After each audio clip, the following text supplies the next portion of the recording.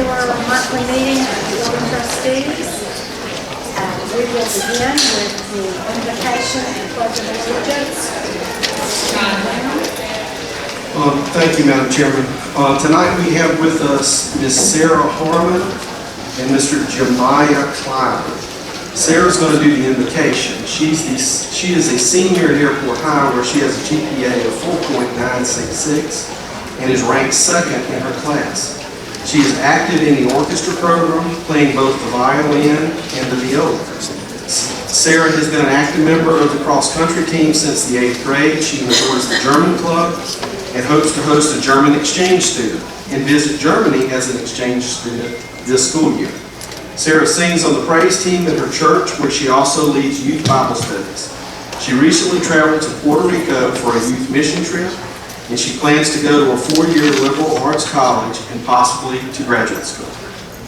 Jemiah will do the Pledge of Allegiance for us tonight. Jemiah is a senior at Airport High School, where he has a GPA of 5.019 and is currently ranked number 1 in his class.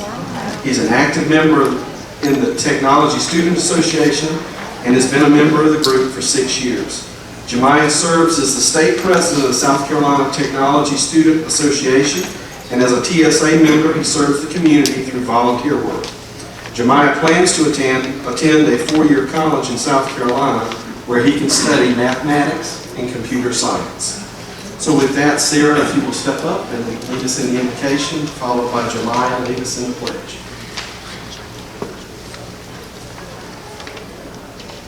Dear Heavenly Father, thank you for allowing us all to be here. We ask that you give us guidance and wisdom in making decisions that will benefit our schools. Thank you for those that have sacrificed their time to be a part of this process, and lead us now in your ways. Amen. Amen.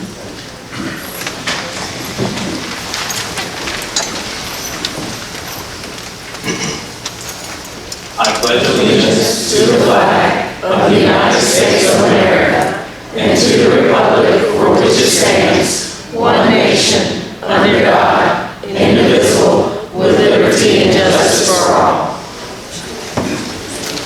Thank you very much.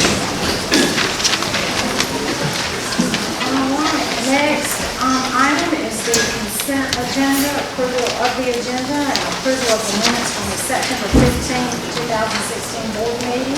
And if there's no objection, the consent agenda will stand approved. Next, we have public participation. Madam Chair, we have no one signed up for tonight. All right, thank you, Mr. Hinton. Excuse me. Next, we have reports on honors and accomplishments of students and staff. And I'm going to turn that over to Dr. James. We have recognition of Lexington 2 bus drivers for evacuation mission and recognition of Lexington 2 maintenance department for hurricane-related operations. Yes, ma'am. First, our transportation department.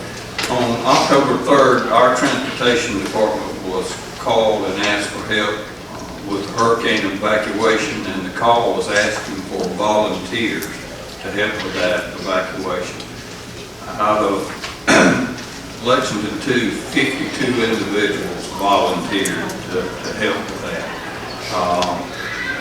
It was such an outpouring by all of the bus drivers throughout the state of South Carolina that only 24 of those 52 volunteers were actually needed.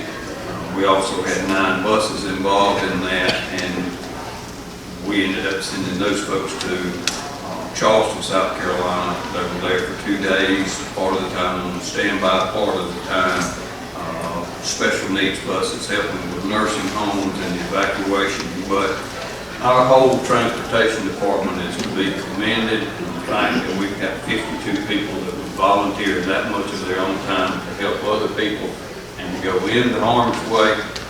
I'd like to just briefly read the names of the folks who were actually there.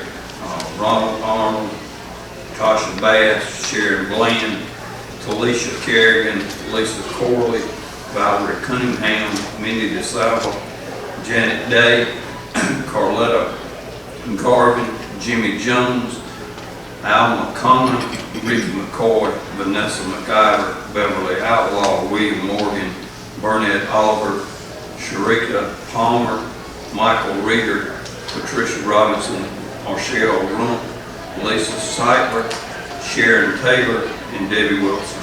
And I'd like to just tell those folks back there that we appreciate it and congratulations.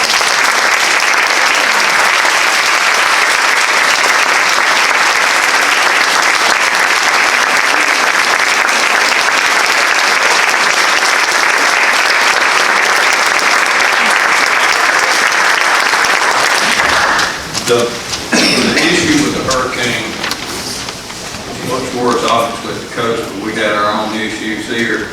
And I would like to recognize our maintenance crew. We ended up, as everybody knows, we're one of the districts that the governor closed.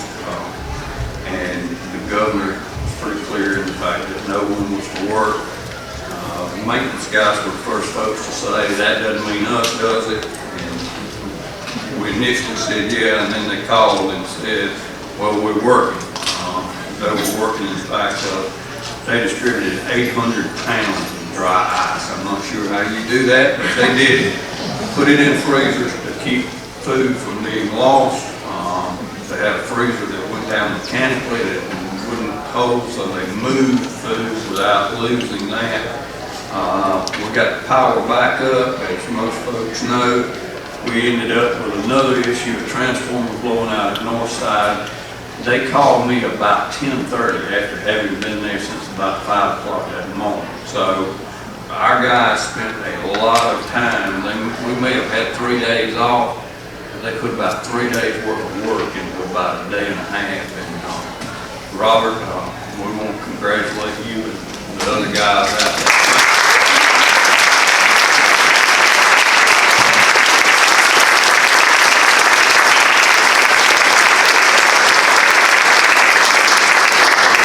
And I guess ultimately that means even if I say don't work, you do anyway. Yes, ma'am. Can we have the transportation people that are here tonight to come forward, just so we can identify some faces, because there was a lot of names there I didn't recognize. Can they just walk forward so we can distinguish who they are? Or stand up? Please stand up. Yeah.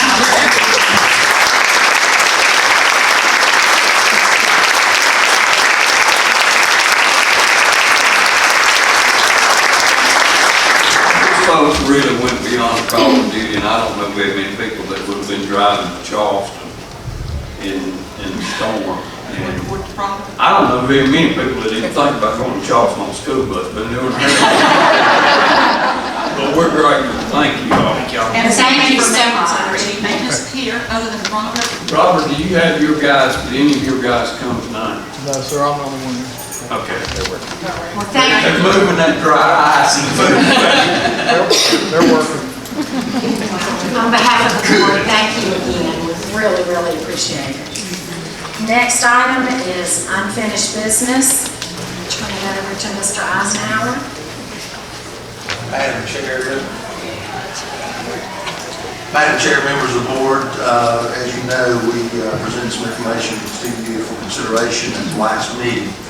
And we have 2 committee members that have been involved in the process of trying to present names, mascots, school colors, and that sort of thing for your consideration. So at this time, I'd like to ask Alfie Allen and Sheriff Freeman to come up to the podium, who will again make a presentation to you on behalf of the committee.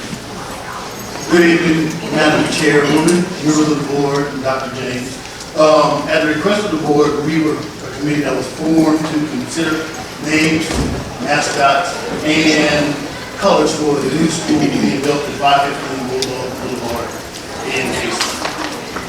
This committee presents the following school names for consideration: Casey Elementary, Otari Elementary, Twin Rivers Elementary, Cherokee Path Elementary, Casey Point Elementary, and 12th Street Elementary.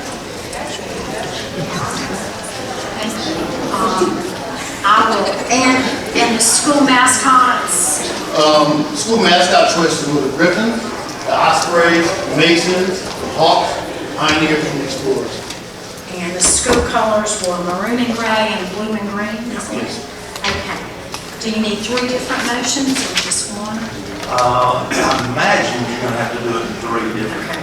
I will entertain a motion for the school name.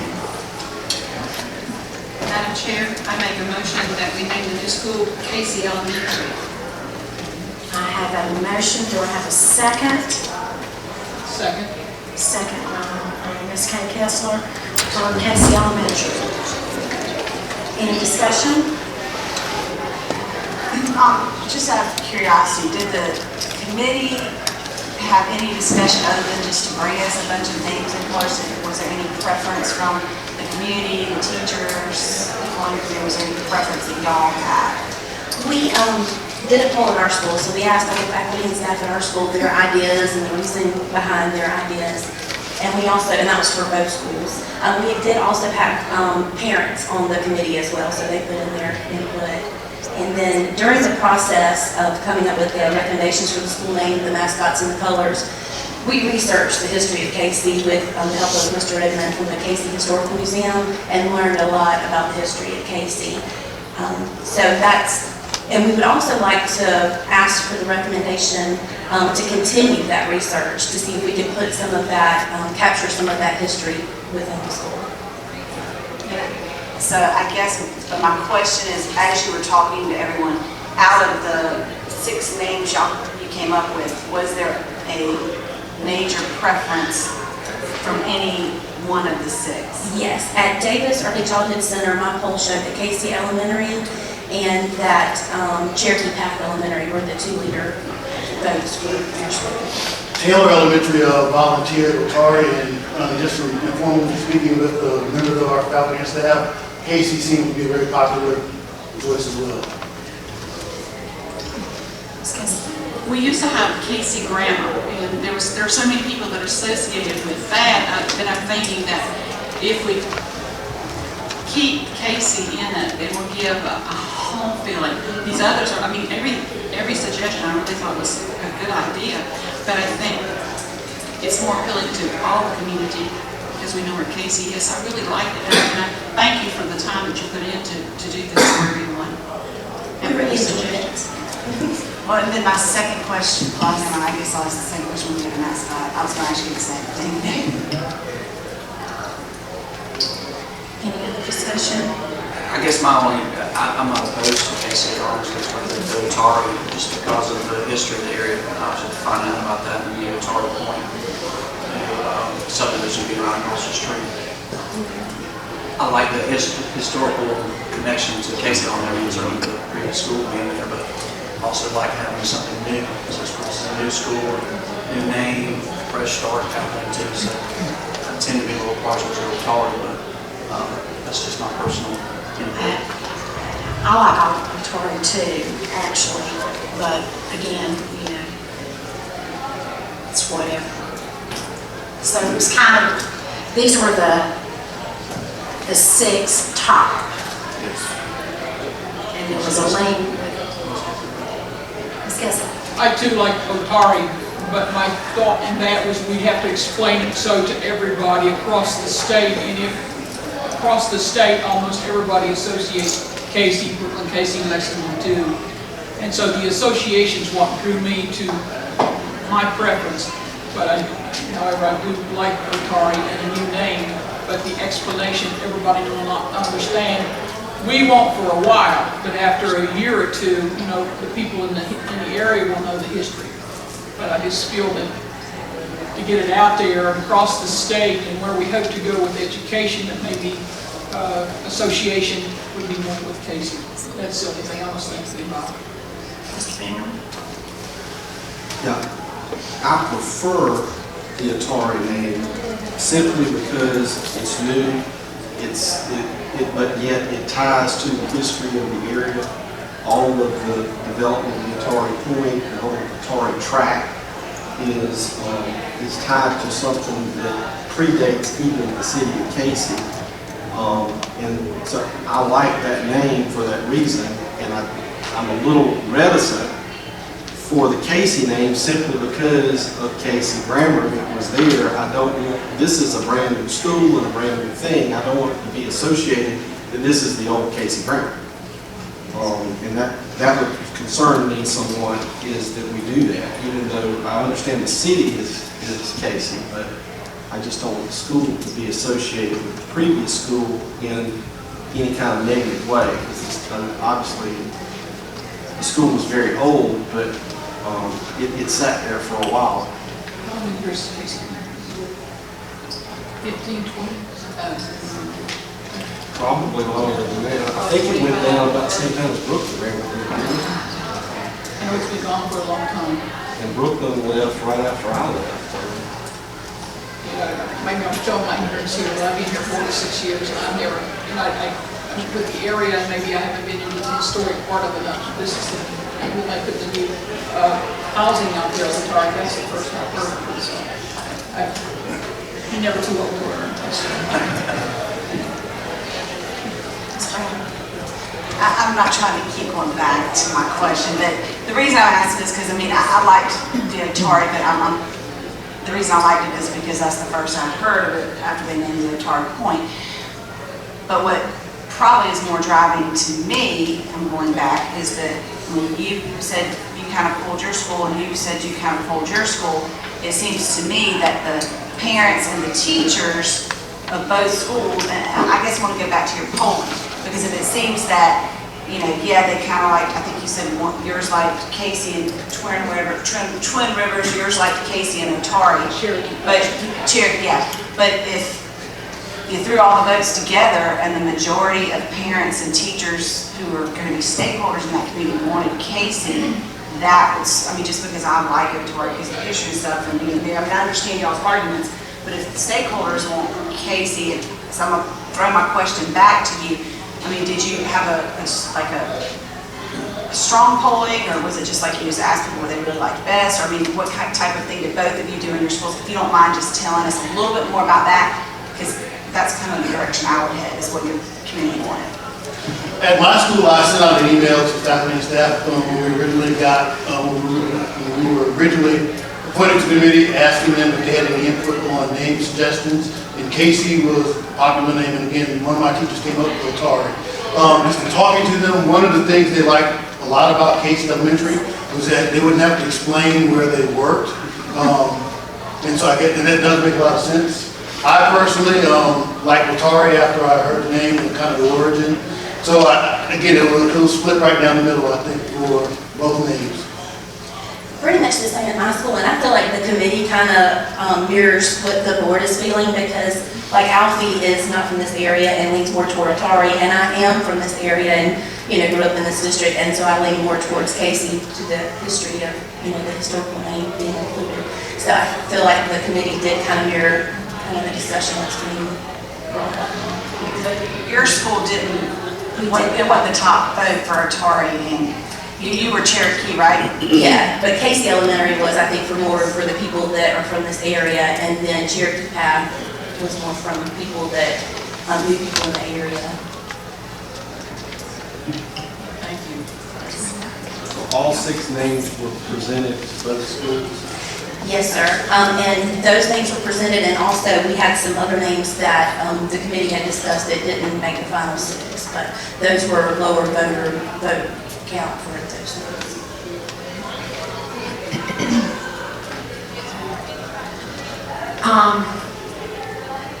Any other discussion?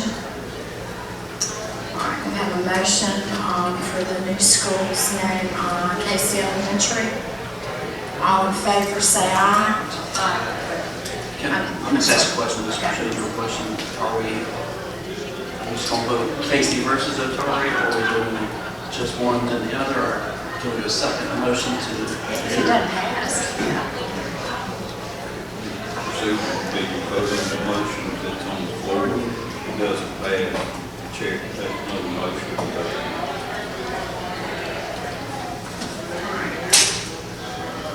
Again,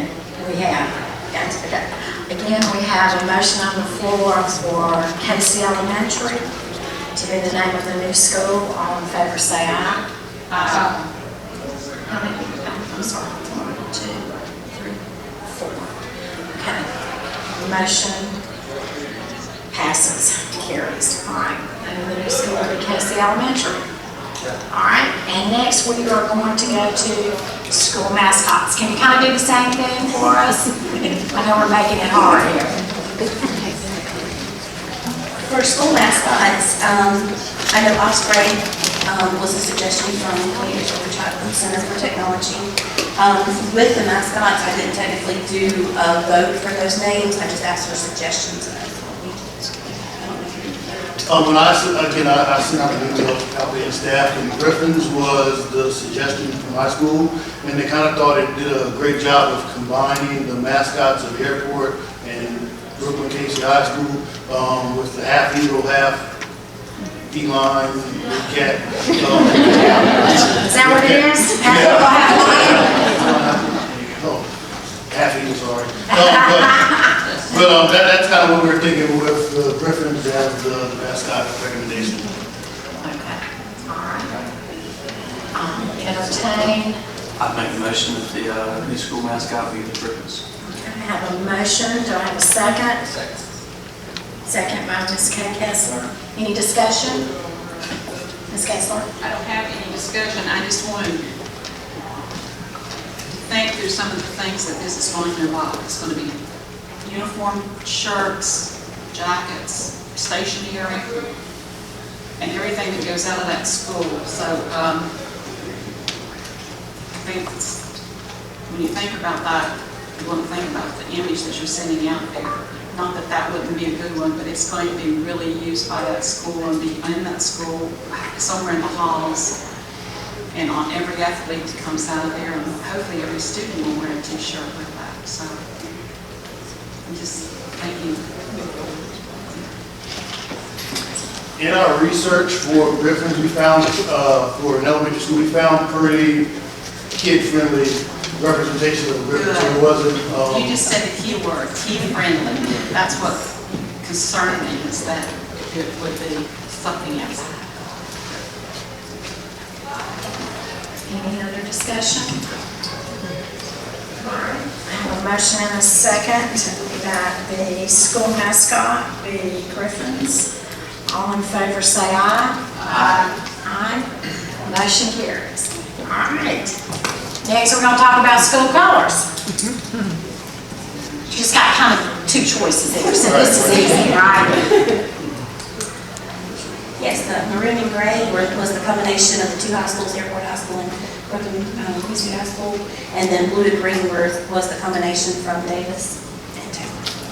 Okay. Was there a preference there? At my school, there really wasn't one. Colors, it was a rainbow of colors, and so we, as a committee, we narrowed it down to these two choices. Davis really liked the combination of the airport and BC. Okay. I'll entertain the motion. Go ahead. I'll make a motion that school colors be maroon and gray. Second. I have a motion and a second. Any discussion?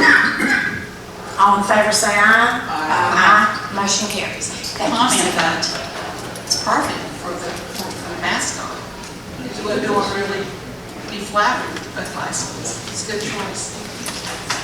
Madam Chair, I will make sure that everyone also gives consideration to the fact that they mentioned the history that the committee started working on. Do you all want to talk a little bit more about what we were thinking in regard to the history and how it might be displayed in the school? Isn't that one of the programs? It is. So we would like to ask permission to continue to meet to present ideas, maybe at the November board meeting about putting some of the history and culture into the school. We just want to make sure y'all don't have any issues with any of the things. You want a motion? You want a motion? No, we don't need a motion. We just want to nod to that. Absolutely. Ms. Brown?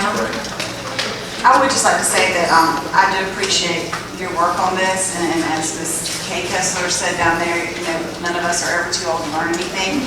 And as teachers, I think it's pretty neat that you all taught us some stuff about the history of the area through y'all's presentation, and I look forward to seeing you bring us back some more stuff for your school. Thank you. Thank you so much. All right. I believe that is all of unfinished business. And we're now going to new business. And first item is consideration of request of out-of-state and overnight student travel. make a motion to approve the request for out-of-state revenue student travel. Have a motion, do I have a second? Second. Second by Ms. Kessler, any discussion? And I'm not trying to cut off Mr. Hinton, but I thought y'all were just gonna keep me away. I just assumed if we have a question, then bring him up, but there's, you know. All in favor, say aye. Aye. Motion carries. Next, we have, thank you, Mr. Hinton. Next, we have consideration of request for release time for religious education, and I will turn that over to Dr. James. Yes, ma'am. We've got Tammy Adams, the program director of School Time Bible, and Jeff Beecraft, the executive director of Youth Court. They're coming here on behalf of Mr. Hartgrove. As the board will remember, Mr. Hartgrove met with the board for the last several years for release time. This involves Springdale Elementary. Ms. Adams, I'll let you go ahead and address the board. Thank you for coming. Thank you, Dr. James, school board members, educators, and guests. My name is Tammy Adams with School Time Bible Ministries.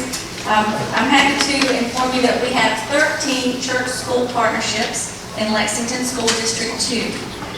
We are strongly encouraging all of our churches to truly partner with the schools that they're involved in, not only for the School Time Bible program, but to be an aid to the schools in any way that they can. We're incorporating that into our summer training where we gather all of our churches. We are strongly encouraging them that this is the front door to helping your school in any way that you can. So we're very grateful to be a small part of those partnerships in your district. I'm here tonight to request approval for there to be 14 schools and churches partnering together to include Springdale Elementary. Thank you so much. Madam Chair, I make a motion to approve the acceptance of the request to add Springdale Elementary as a release time for religious education. Second. I have a motion and a second by Ms. Kessler. Any discussion? All in favor say aye. Aye. Motion carries. Thank you so very much. Thanks for that. And next we have Bearcat Booster Club. Oh, I'm sorry. Come on. Am I coming? Okay. My name is Jeff Beecraft. I'm with Youth Corps, which is actually a separate organization. It's a leadership training program for 9th and 10th graders. And so I'm here to let the school board know about that. That was part of Grace and helped found Youth Corps, but we're actually a totally separate organization on that. And first of all, I just want to thank you all. My mom taught school for 30 years, 3rd grade. Our oldest daughter is now in her 2nd year of being a 1st grade teacher in Dallas, Texas. My wife taught high school for 2 years, and then she married me. She said I couldn't handle the kids and you at the same time. So she retired. But anyway, Youth Corps involves students from all over the Midlands. And at the very beginning, we had a lot of Lexington 2 students. And so I'm just here tonight to put this back on the radar. It's a tremendous opportunity. On that telephone pole is Amanda. Courage is not the absence of fear, it's the overcoming of fear. She went on to teach 2 years in an inner city school in New Orleans. This is probably the #1 quote we get from students who go through Youth Corps, and that's from them directly. We take them through 9 modules. One's a leadership weekend, where this epitomizes what leadership's all about. It's not about me, it's about we. It's about climbing forward and reaching back. This month in October, we're doing philanthropy and nonprofits, and Saturday we'll be going out and putting a new roof on 2 houses for people who have gone through the flood and have suffered damage. That girl with the nail gun right there, she said, I used to be that person who just liked to stand in the background, but now I want to take the lead. And she said this was the year that my life changed forever. And sometimes it's something that just supplements, it's real life experience that supplements our high school education.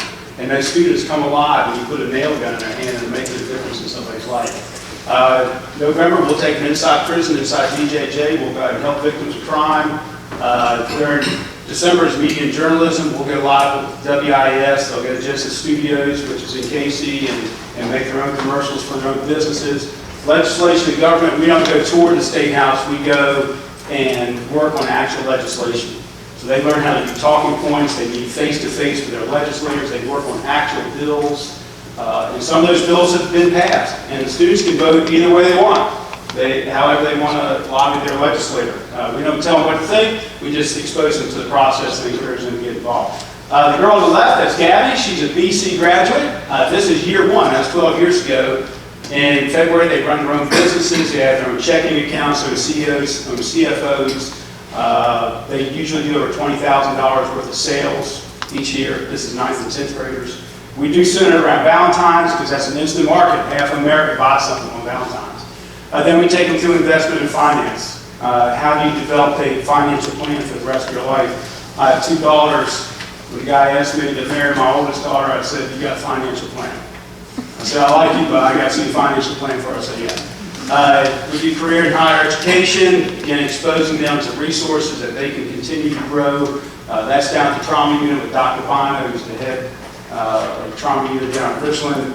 And of course, then they graduate in May. And there's all kinds of stories in that picture right there. I don't have time to go through all of them. But here was Walter. He described himself as a shy, quiet kid. He became one of our greatest leaders.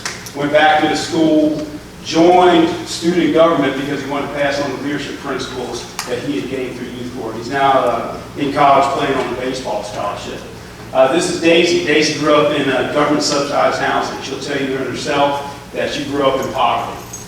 Great Daisy, again, is one of the most phenomenal leaders you'll ever meet. She went on to Winthrop University, became a student coordinator of the leadership initiative there, which means she was in charge of all incoming freshmen part of their leadership program. In December, she will graduate with her MBA. And this is a girl who came from poverty, but she caught the vision of leadership. So anyway, that's it, and that's a simple word about the fire hose, but we passed that information. It's for 9th and 10th graders. Also, we can do workshops for schools. I just came from Swansea High School this afternoon. We've done several workshops just on leadership to help just instill that vision within students, so we're available for that as well. So, any questions? Yes, sir. It says that 36 kids are chosen 9th and 10th grade. That's right. How are they identified and or chosen? They apply, and they go through a face-to-face interview, and what we look for is a variety of students. Some students are what we call Navy pilots, and some are just regular students, and that's fine. And that's part of the strength of that dynamic, is that each student comes in there and they realize, they discover that they can be a leader according to their own personality style. How do they find out about it? A lot of it's word of mouth. We send it all to the schools. That's why I'm kind of here tonight, because how many schools get bombarded with information? And so we send something like that to the school, and it's, hey, well, nice program, you know, but that's why I'm here tonight is, even though every single school, every middle school and high school in your district will get the information, the people really don't know about it. It's just, well, it's another piece of mail, so. All right, thank you all very much, and you all keep up the great job. Thank you so much.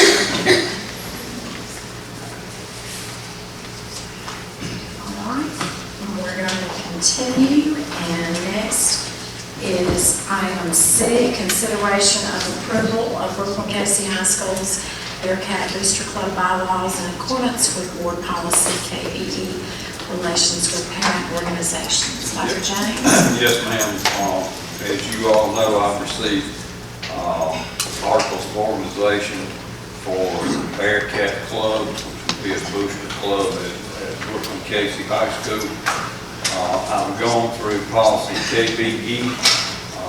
Ms. Richardson and I have also gone through LEC. Both of those are the policies that cover organization bylaws and support organizations for the school. To this point, the Bearcat Club that is proposed has met all of those requirements. The only things needed would be approval of the board. At that time, this organization would need to apply for and give Ms. Richardson a copy of the 501c3. Additionally, they would need to add into their organizational bylaws or governance policy LEC and KBE of the board to be in full compliance with board policy. Okay, I'll entertain a motion. Motion to approve the Brooklyn Casey Bearcat Booster Club organization bylaws. Can we do it with the addition of 501c3. As long as they submit Make the- 501c3 and meet all the requirements necessary to be in compliance with KBE. I have a motion. Do I have a second? Second. Second by Mr. Bingham. Any discussion? Ms. Kessler? I would like for someone to explain how this has come about, because several years you disbanded the Bearcat Booster Club, and then it was silent for a while, and then I think you had an athletic council, and now you're wanting to go back to the Bearcat Club, basically with the same people involved in all three of those periods. I'm just a little confused as to why all the changes. Can someone explain that? I think Dr. Levinson is here. You want to come up? Yes, please.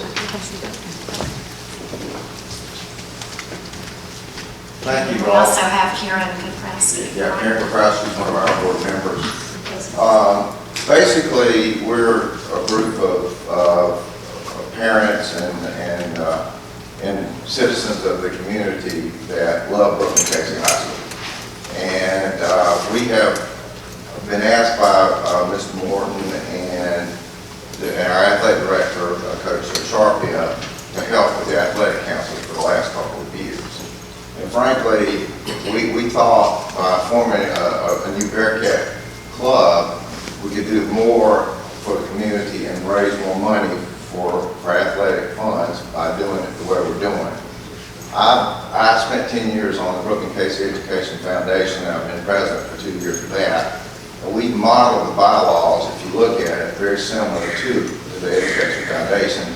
And my hope and the people on our board's hope long term is to become very similar to that organization and be able to raise funds in a good way to supplement what is already raised by the athletic budget. There's a lot of things that come up.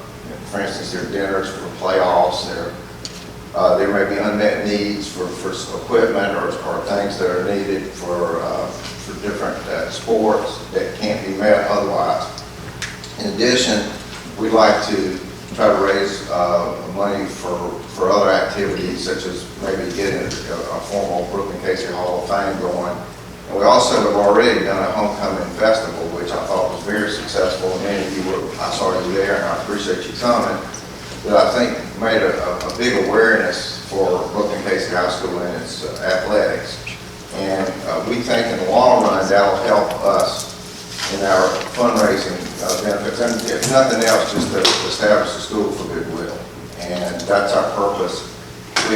There's been problems with booster clubs in the past with monetary difficulties. I think that goes back a few years ago, and I think it was disbanded, and the athletic council was started as kind of at least have some formality between the parents and the administration. However, I think for fundraising and for goodwill, some of us, all of us on board now are pretty much business people in the community, and we think we can do a better job with the way we're doing it. And we're going to have accountability.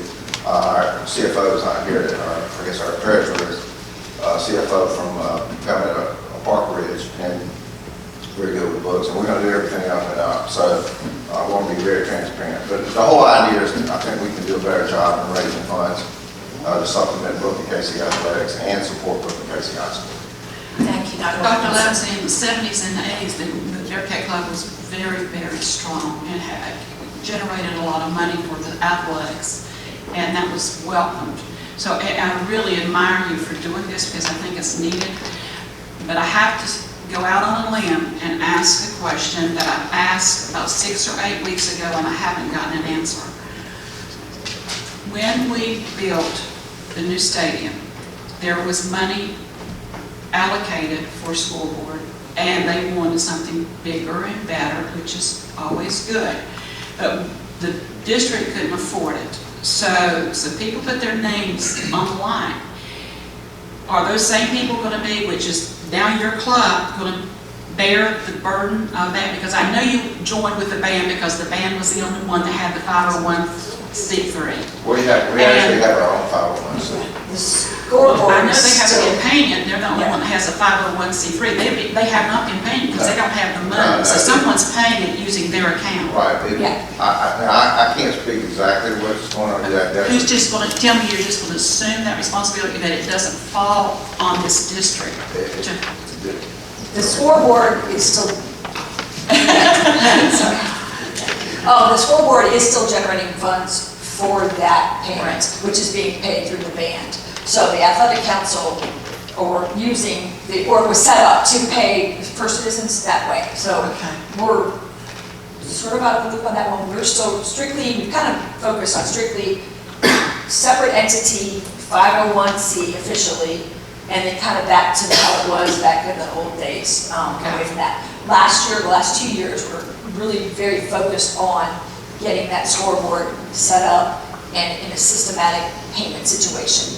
So that is continuing to do, and now we've focused on now all the other things that we're going to do, and bringing in more parents. That was sort of a closed group, but it kind of needed to be a more cohesive, small group where we already knew who everyone was, and we had representatives in each sport, things like that. Now that we've got the bylaws rolling, we've got the 501c, then more participation from everyone in the school, outside parents, whoever wants to jump on board.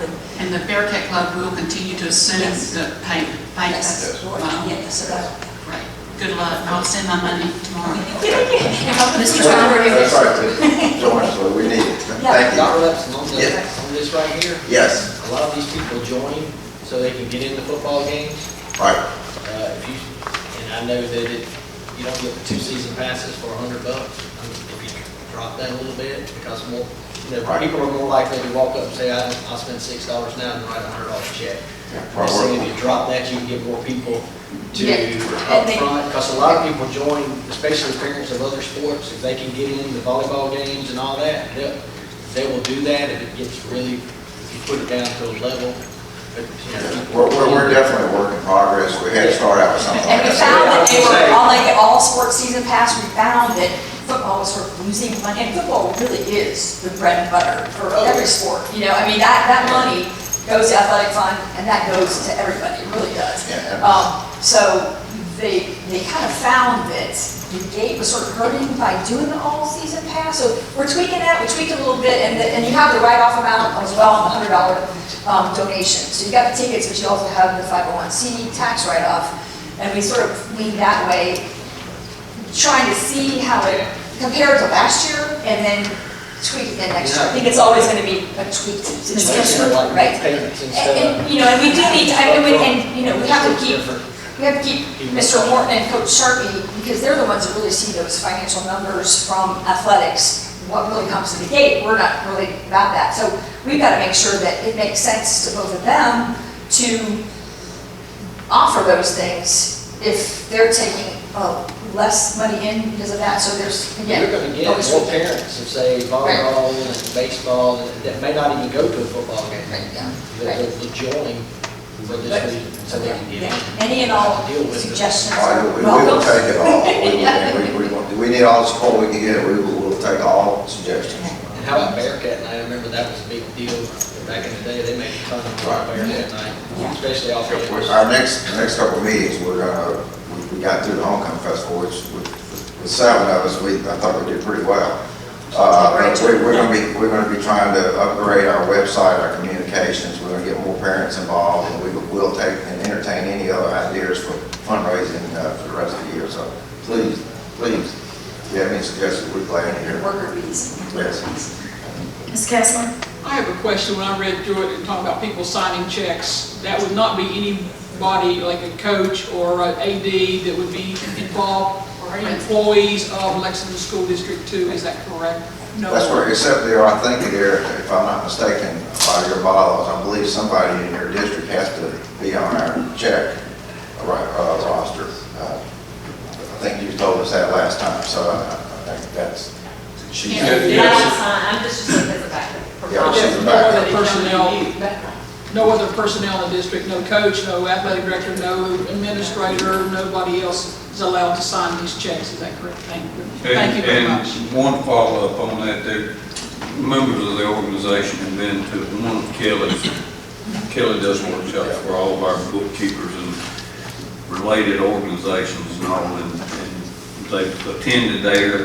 Ultimately, Ms. Cuthbert, according to our policy, at the end of December of each year, each organization has to give the principal of the school an update of all the financials. That has to be turned over to Kelly and audited by our auditors every year.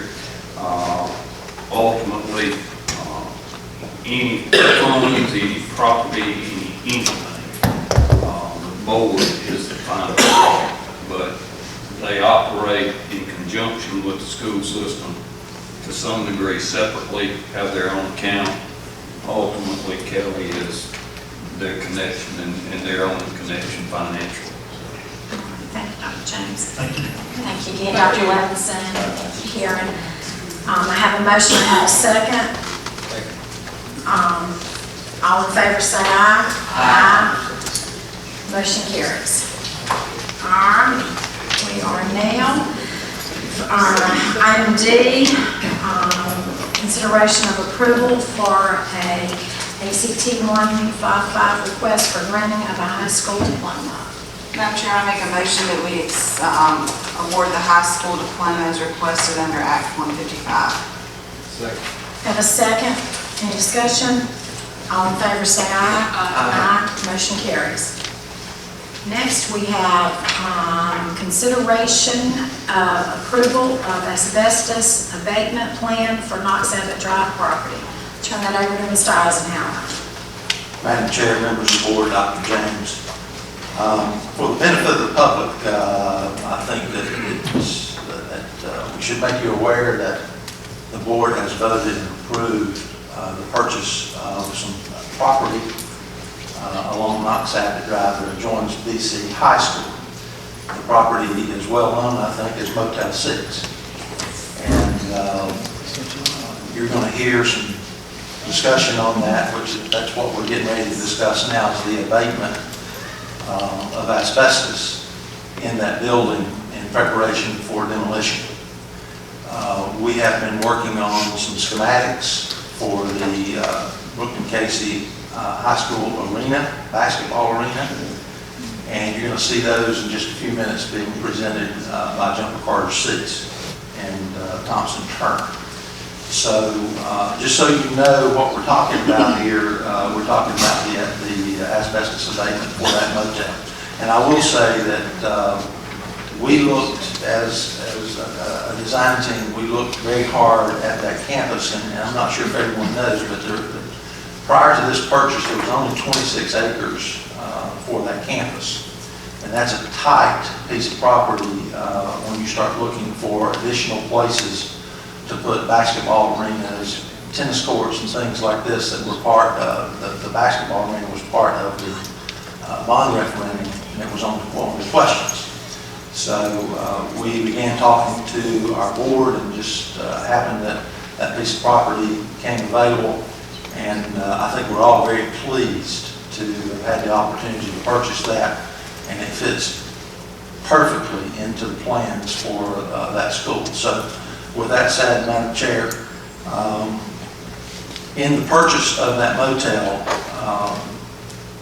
Casey, the municipality of Casey, had required the previous owners to start doing some asbestos abatement.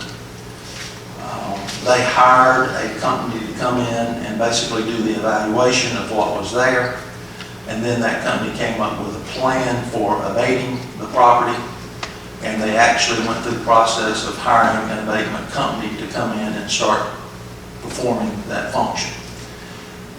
When we purchased that information that was involved in the purchase, we felt like it would be very beneficial to this district to not have to go back and duplicate that and to get into issues of where are the records for the abatement that was done by the previous company. We would like to keep that continuity because there are records that are already established, and we asked for those from the motel owner, and they did not have those. The company that actually started doing the abatement has those. They've shared those with us, but I think it just highlights the need to keep that continuity going.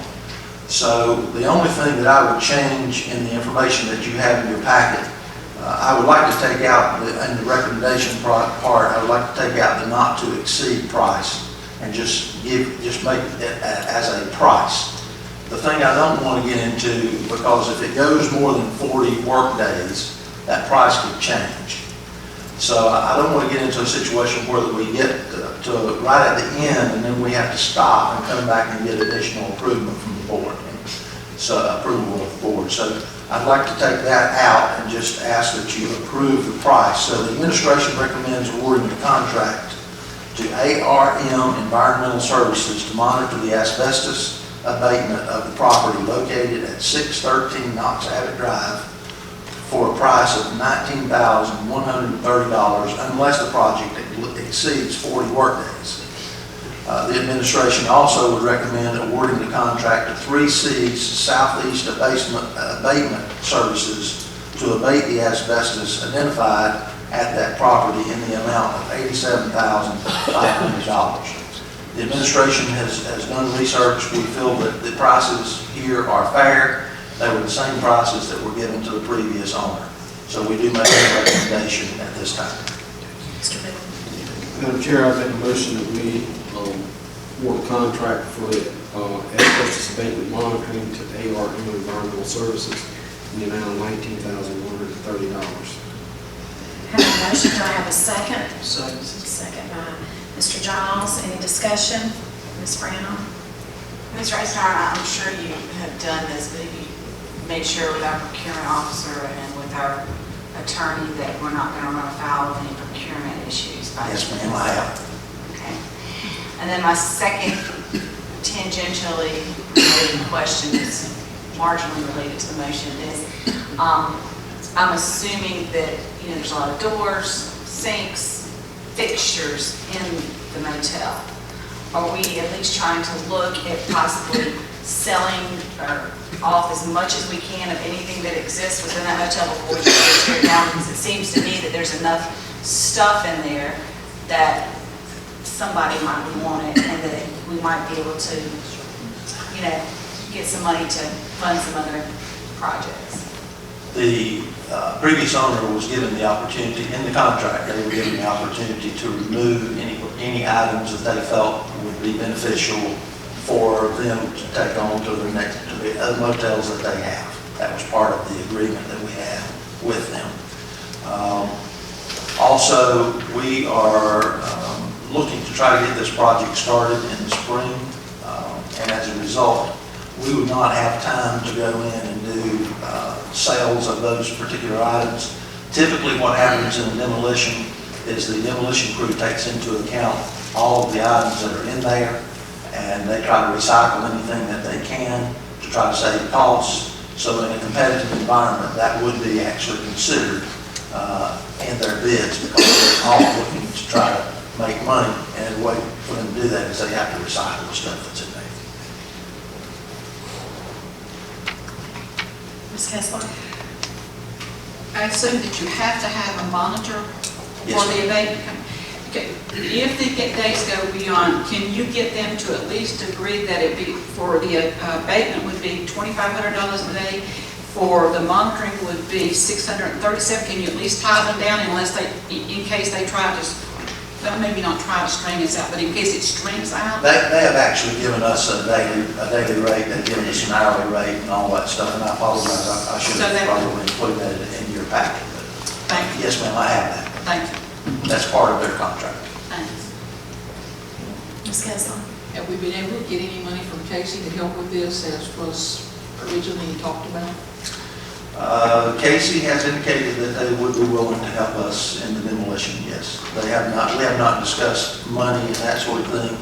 I think some of our board members may have actually had some conversation with regard to that with some of the politicians or elected officials from Casey. I know that there has been that discussion. I think that discussion was taking place before we actually agreed to close on this property. It was part of what the board had asked our attorney to investigate. That was part of the conversation. There's no money change hands or commitment, Ms. Kessler, on amount. What we do have, though, I was able to talk to the chief this morning, and they're going to set up a substation in the front office there until we can get it torn down to minimize any activities that wouldn't be consistent with the school district going on at our motels. Well, we've been thinking about having a district office party over there. Where have you been for the last 2 days? Yes, ma'am. Okay, any other discussion? Have a motion, I have a Chairman, real quick, and I just would like for the people in the audience community to know that Casey has really worked hand in hand with us on this project and been really agreeable to try to hopefully make something a lot better than a Motel 6 on Knox Abbott. So I think that this board does appreciate what Casey is offering to do and try to help. So both the municipality and the district are trying to work together, and I think that we are hopefully going to really make the community proud. Thank you, Ms. Brown, I agree. Any other discussion? All in favor say aye. Aye. Motion carries. Mr. Bingham? Madam Chair, I make a motion that we award a contract to 3C Southeast Abatement Services for asbestos abatement identified at 613 Knox Abbott Drive in the amount of $87,500. I have a motion. Do I have a second? Second by Ms. Kessler. Any discussion? All in favor say aye. Aye. Motion carries. Thank you. All right, next we have item F, which is consideration of November the 11th as one of the 3 required makeup days. I'll turn that over to Dr. James. Yes, ma'am, Madam Chair. It seems as if I have brought disasters once a year. When last year we had the flood, this year the hurricane. You all know that the governor closed a good portion of the schools in the state for 3 days. There's part of them that are still closed. We naively assumed that since the governor was closing the schools and county offices, and state offices, that wouldn't fall under our makeup days. We received a letter October the 19th regarding those days and a couple of statutes that we have to make those days up. One of the things we attempted, because under law the board does have the opportunity to extend the school day for no less than an hour a day as a makeup term. One of the things that Marcella and I talked about is we have several half days, and so our argument was if it's a half day and it counts as a whole day, we make the whole day. That adds 3 hours back in, which makes sense to me. It just doesn't make sense to the State Department. So we got caught in a situation, quite honestly, with a lot of things coming together that were probably poor planning on the superintendent's part. We're graduating 2 different days this year instead of 1, and we made that decision after we gave you all the calendar last year in the spring. We had 2 days at the end of the year for weather days. If we use one of them at this point, that would cause to mess up graduation, which I just don't want to touch under any circumstances. We still haven't given up on the idea, we still haven't given up on the idea that hopefully we can, I'm going to reach out to Molly and see if there's one, if we can make it happen with the half-day things. But we used the Veterans Day last year. It's November 11th. By law, we can't use Election Day. We have 2 other days built in, one in February and one in May. So we would be covered with our 3 days without doing anything else. But short of doing, I think Berkeley, Beaufort County is using a week of Christmas. Some of the others are using spring break. Looking at all those folks out there who work in the school system, it's real scary to mention those things. So I'd like for approval of November the 11th as one of our makeup days, with the knowledge that we are going to reach out again to the State Department to see if they'll reconsider on the half-day thing. Motion to approve November 11th as makeup day. Second. I have a motion and a second. Any discussion? Mr. Giles? A couple things. Number one, Ms. Nadia Scupper-Hayden, I think she did what she needed to do to protect our state and our citizens, but I find it hard to believe that she forces us to close our schools and then says we have to make those days up. So I know you said you're going to reach out to Moss Spearman. At the other superintendents of the districts that were closed, have y'all had discussions about asking her to forgive those days? Well, that's in this letter, and there have been a good number of superintendents, as you can imagine, reach out because there's still schools closed. And basically, from the State Department standpoint, school closing and makeup days, those are covered under 3 legal statutes. And the State Department is saying they have very little latitude in what they can do. There is no provision in the state regs or in state law that says if a school is closed because of some weather pattern that's cataclysmic but not normal, and it's an order of the governor, there's nothing in there that prevents making it up. So basically what the State Department has said is you got 59-1-370 that says you can't use election day because a lot of people want to use election day. You got 59-1-450 that allows the school boards to lengthen the school day by no less than an hour. And then 43-274 says, you know, you've got to have at least 120 hours, and the fact that school districts have to make up a minimum of 3 days. After the 3rd day, from the 4th through the 6th, the school board can forgive that if they feel that it was justified to miss.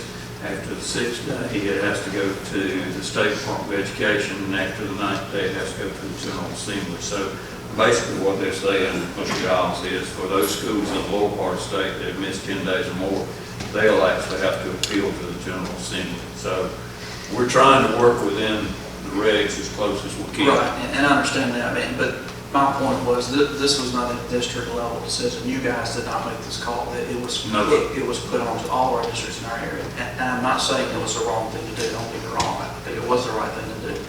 But then I also think, you know, the governor also has the power to come back and say that forgive them. My second concern is the timing of this one. This one is so close to right now. We're talking less than 30 days out. That you're going to have a lot of teachers that have probably already made plans for that weekend. Including that day that they thought they were going to have all of them. I understand we have these makeup days that are built in and they can be used, but I mean, that's the reality. We're less than 30 days from this day and we're saying we're going to change it. So, and it is close, and I don't doubt at all that there will be some folks out there who have conflicts, and honestly, we spent about as much time trying to figure out how to make this time up as we did out. To be honest, and they're just not, folks talk about school calendar, there's just not a lot you can do with school calendar when the law requires that kids are there for 180 days and teachers are there for 190 days, and then they have specific days that you can't go to school and start time and end time. And then we put in the traditional holidays for the traditional lengths of time, 2 weeks of Christmas, a week in the spring, 3 days of Thanksgiving. When you get down to it, there's not an awful lot of wiggle room in the school calendar. They're getting more and more alike everywhere. So it's less than ideal, but right now, unless there is some concession from the State Department on making it up, my argument, Marcella's argument is, if you're going to count a half day as a full day, and you would count an hour extra on a full day, then why can't we make 3 hours up in a half day and it count the same? Now, so far, everybody under the state superintendent has said, no, that won't work. Our next call is to the state superintendent. I may be telling you guys next week, we don't have to worry about that, but right now, if we don't make up on November the 11th, we're going to impact things that I think will have worse repercussions than the November 11th date, because you start getting into holidays, and then we really think we have a good plan for graduation with the 2 days in both schools in the mornings and that sort of thing. There just aren't a lot of days left other than those kind of days, so. Dr. James, did you say you got a letter from the governor? No, ma'am, I got a letter from Superintendent Spearman. In the state paper, and I know media can make mistakes, but last week, and maybe you can go back and pull it up, there had bullets on, I think it was on the front page, but it may be on the front page, the second section, but anyway, in the state paper one day last week, it said that the governor can excuse the first 3 days that's missed, and then it went in another bullet to say that the local boards can excuse up to another 3 days. So you might want to see that. We intend to, and I will tell you, we have spent, well, Marcella spent yesterday, and then we spent today. I spent yesterday not working on it, as you all well know, but what we're told from the State Department of Education is that they have to follow the law, and that we have to follow the law, and the law is make up 3 days. I would hope the governor would forgive it, but it's in the paper, but you know that that's accurate. we'll pursue it. I just need to know that I have this board's blessing if that's what it has to be. It's not my first choice, but if it gets to that, I'd like to know that. I'm sorry. I don't know why the paper was written that. I'm pretty sure the law says that the law can only be changed by the legislature. Obviously, the governor has the power to close the school, but she doesn't have the power to change the law, which requires 180 days. She doesn't have the unilateral power to do that. I do not believe. I believe every time that has been forgiven in the past, it's had to go through the legislature, and the legislature has to do it. And they're not in session at least until January, so there's no relief can come until you get into next year. And typically, that's been a local. In the past, most of the time, but I know there have been situations where the legislature, when we had like a snowstorm that hit the entire state, where they did a statewide thing, but they still made you make up the first 3 days. Then they forgave after that. But, you know, a lot of times it is local because there are local situations that may require the school district to close, but they didn't close across the state. The flood was a situation, I think, where it was across the state we had problems, so I think they did forgive some days there. We ended up, we made 3 of those days up. Actually, we used the same holiday last year. We've gone back and looked at, we had to make those up even though so many counties were affected by the flood. And you're right, Mr. Biggs, you can use local legislation to get your voice heard from the school district, as you well know, but it's January when they go back in session, and if we wait until January, quite honestly, you're looking at Martin Luther King holiday, spring break, and extending the school year is kind of where we are. So the question is, if we do use the 11th and then they are forgiven, how does that work? So we made up a day we didn't have to that. Extra education. Get out a day earlier or what? No, sir, there's no take back. I mean. Well, I wouldn't necessarily say that. I mean, as long if they've forgiven the days and we approve to take the forgiven day, then you could substitute another day somewhere later in the year for that day. Ms. Brown? Well, I think Ms. Kay has I'm sorry. I'm just asking, we built in 2 days. Are those days are in April? Is the reason why we're worrying about a day now is first semester? Yes, ma'am, and part of it, Ms. Guthrie, is a coming together of a lot of things that weren't foreseeable. We gave you all a calendar last year in the springtime. 2 days are at the end of the year. And since that time, you all know the issue with the pricing and all with graduation of Carolina. So what we've got is both high schools doing their graduation at 8:30 in the morning at their respective schools on 2 different days. So if we used one of those days at the end of the year that we'd put in there, what would happen is we would end up messing up the graduation. You'd have kids in school on graduation day. The other side of it is you'd have kids at Airport High School that are in semester classes wouldn't have as many days made up in the first semester. They'd make more days up in the second semester. So there's several factors that come together with doing that. So you're already going to take the 2 days in April, you've already realized that you'll have to take those plus. There'll be one in February and one in April, yes ma'am. May, I'm sorry, May. One in April, one in May. Ms. Brown? Yep, we are required by law within that calendar to designate 3 makeup days.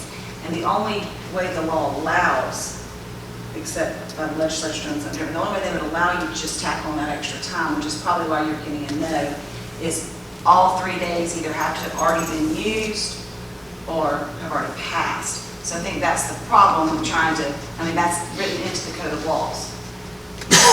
So if we've got our makeup days tacked on to the very end of the school year, and maybe we'll just think about this for next year, we'll never get there because we still will always have 2 days at the end of the year.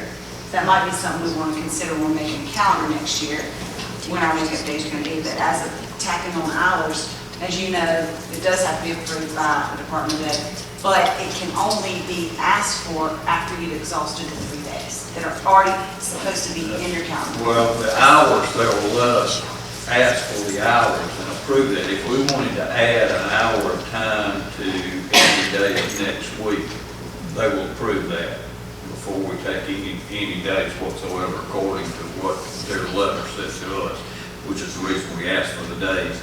We have 2 of our days, one in February and one in May, as makeup days. We do have one in the last 2 days, which wouldn't be an issue at this point if we weren't graduating. So, Mr. Johnson? One more question, I'm sorry, but if the kids are at school for graduation, can that not count as a school day? Is that they're at school? Can that not be used as a school day for graduation? the only thing is you have to have all of the others in school. Well, if you're graduating Thursday and Friday, you use Thursday, they're all going to be at school. One's graduating on Thursday, the other one's in class, and then Friday graduates. I'm just asking how much. I don't know if there's anything against it. I mean, I don't. All the teachers at graduation will have how the kids will be in class. Virtual school. What's going on? Don said he loved it. Okay. Have a motion for November the 11th as one of the 3 required makeup days. I have a second. Any further discussion? All in favor say aye. Aye. Opposed? No.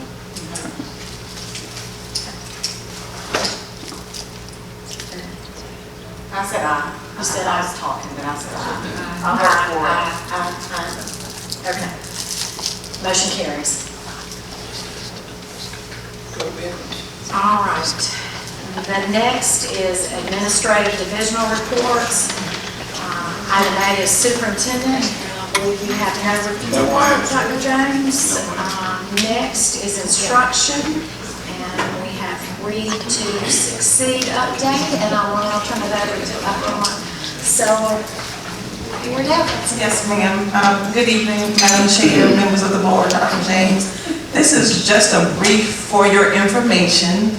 I know that you're aware of the Read to Succeed Act that was passed a few years ago. There are 8 tenets of the Read to Succeed Act, and one of those tenets happens to be the 3rd grade retention piece of it. We've been talking about it for a few years, and it is upon us. In 17-18, we will have to retain 3rd graders who do not meet a certain benchmark on the standardized test, which is currently South Carolina rated. The State Department is still in the process of determining what that cut score is, but as all districts are doing, we're trying to be most proactive in identifying the children now.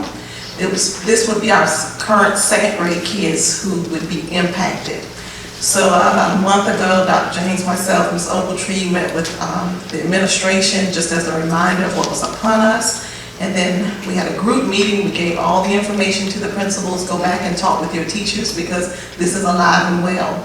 From that, we decided to have school-based meetings with the principals, assistant principals, coaches, and interventionists to ensure that we were all on the same page and that the message was reiterated that we have to know who these children are now so that we can serve them first properly through our guaranteed and viable curriculum, through our core instruction, but also ensure that we are giving these children the interventions. We're progress monitoring those interventions and there's accountability. Additionally, we have started to collect what is a portfolio assessment on our kids to ensure that we're documenting and covering ourselves in the event the score comes back in 2017 and 18 and the child doesn't pass. It came really, it opened our eyes this summer when we had a young lady who transferred to us from Florida. Florida already has this law in place. The student was, thought she was going to 4th grade, but when we called the school for her records, they had actually retained her because they had just gotten her scores back and she did not pass the test. If you look at her report card, she was an A and B student. So of course, mom transfers to South Carolina, that drops in our lap. She appeals to myself and Dr. James and Mr. Frierson over at Wood. We went through her transcript and what we found out was the student had only been in Florida for 2 months.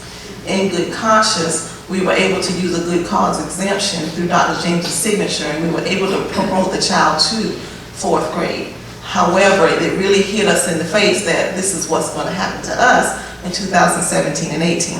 I have before me, and Dr. James has a copy as well, information on all of the 2nd grade students that we are watching at this point in time. Our schools will be meeting with, in terms of being proactive with the parents in January, not as a scare tactic, but here's where we are, here's the range that your child falls in at this point in time, here's what we commit to doing from the district level, from the school level, and here's where we need your help as a parent. We're all going to sign off. We will be documenting. We will follow those children in 3rd grade. Of course, you know that we've been offering our reading camps. Beginning last year, we served 3rd graders. 2 years ago, we started serving 3rd graders. Knowing that this law was upon us, last year we picked up some 2nd grade classes. Fortunately, the good news is we already know who we're going to offer the camp to this year because the children have already been identified. It gives us an opportunity to talk to those parents in January that this is a service Lexington 2 will be offering at no cost to the families. Please sign on the dotted line now. Because oftentimes when the letters go home in May, everything gets lost in translation, they have vacations planned, so forth and so on. So if we have the opportunity to sit face to face and talk with the parents and explain the ramifications, and if they deny it, then we're going to ask them to please sign saying that you're denying this service. There are on the flow chart that you have before you 8 what is called good cause exemptions that Dr. James, myself, and the principal can review, and we can determine if a child is ELL or receiving special services. We have provided what we consider to be really good interventions with fidelity for 2 years that he can sign off saying we have done due diligence to the child. Just because they didn't meet the benchmark on one state test, we do not feel like the child needs to be retained. So we want you all to know that we're trying to be very proactive in our approach to how we handle this, and we didn't want your phones to start ringing in January when we start calling in these 2nd grade parents. Additionally, in January, we have asked our schools to go ahead and identify kindergarten and 1st grade kids who are within range. So we can go ahead and start a file on those children and start ensuring that we provide to them our response to intervention services through Tier 2 and Tier 3. If you know about RTI, and in Tier 2, it provides smaller services in a smaller group with a different kind of curriculum, because you can't continue to apply the same treatment and expect to get the same results. So in our Tier 2, we have purchased what is called Level Literacy Intervention, and we have trained on Level Literacy Intervention, and that is what the children will receive. But we want to ensure that we know who these kids are. Because if you follow the law in Florida, schools, school districts, principals, teachers, chief instructional officers have been sued by parents, and the parents have won. And so we have not tried to scare anybody, but we've tried to be very honest and proactive in our approach with our faculty and staff. But the biggest thing that we need to do is ensure that our core instruction in our early childhood classes is solid.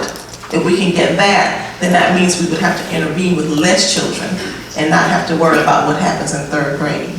I'm very proud of the schools. When we went to the schools, they already had lists, they already knew what they were doing for the children. An example that Rob is going to put up, this was from Congaree, and we asked Mr. Eskew not to scan this part because children's first names are on here. But I going to do on down the line. Oh, it's got all of us scared, I'm not gonna lie to you. I'm saying 3rd grade, grade Oh, yes. 7th, can you imagine what's going to happen with this, the high school Yes, things? Yes, ma'am, exactly right. So, thank you. Thank you. Next is finance, and I'll turn it over to Ms. Richardson. Yes, thank you. I have the September financials for your review, and be happy to answer any questions. I noticed that I did not have the September revenue from the county treasurer when I first did this, and then it came right before Danette was sending it out, and I forgot to remove the footnote saying that that does include the September revenue.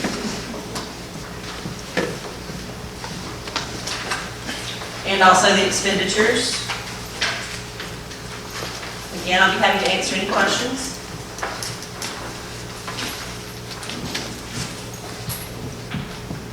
And the referendum expenditures, I know that's small.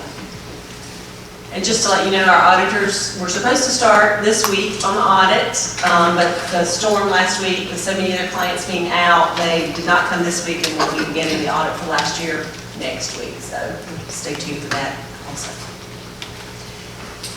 Okay, next I have just the annual procurement code. I have to report our minority business utilization and sole source information. I have that in your packet as well. We are meeting the limit on our minority participation. I'm happy to answer any questions. Also included is the sole source and the emergency procurement as well. We only had 3 emergency last year, and a handful of the same types of sole source. Mr. Boone? On the minority business utilization report, you got 3.797 total controllable expenditures. Is this saying that of that 2.939 were spent with minority? Yes, and I will let you know that Samsung is a federally minority business. So I wondered how in the world did you get that high minority participation? So you won't see that every time. So that did throw it over that much over the limit. Now I can't find my sheet.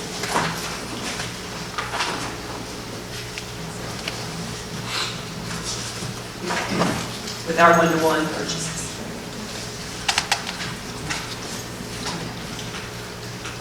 Any other questions? That's all I have. Thank you. All right, thank you, Ms. Richardson.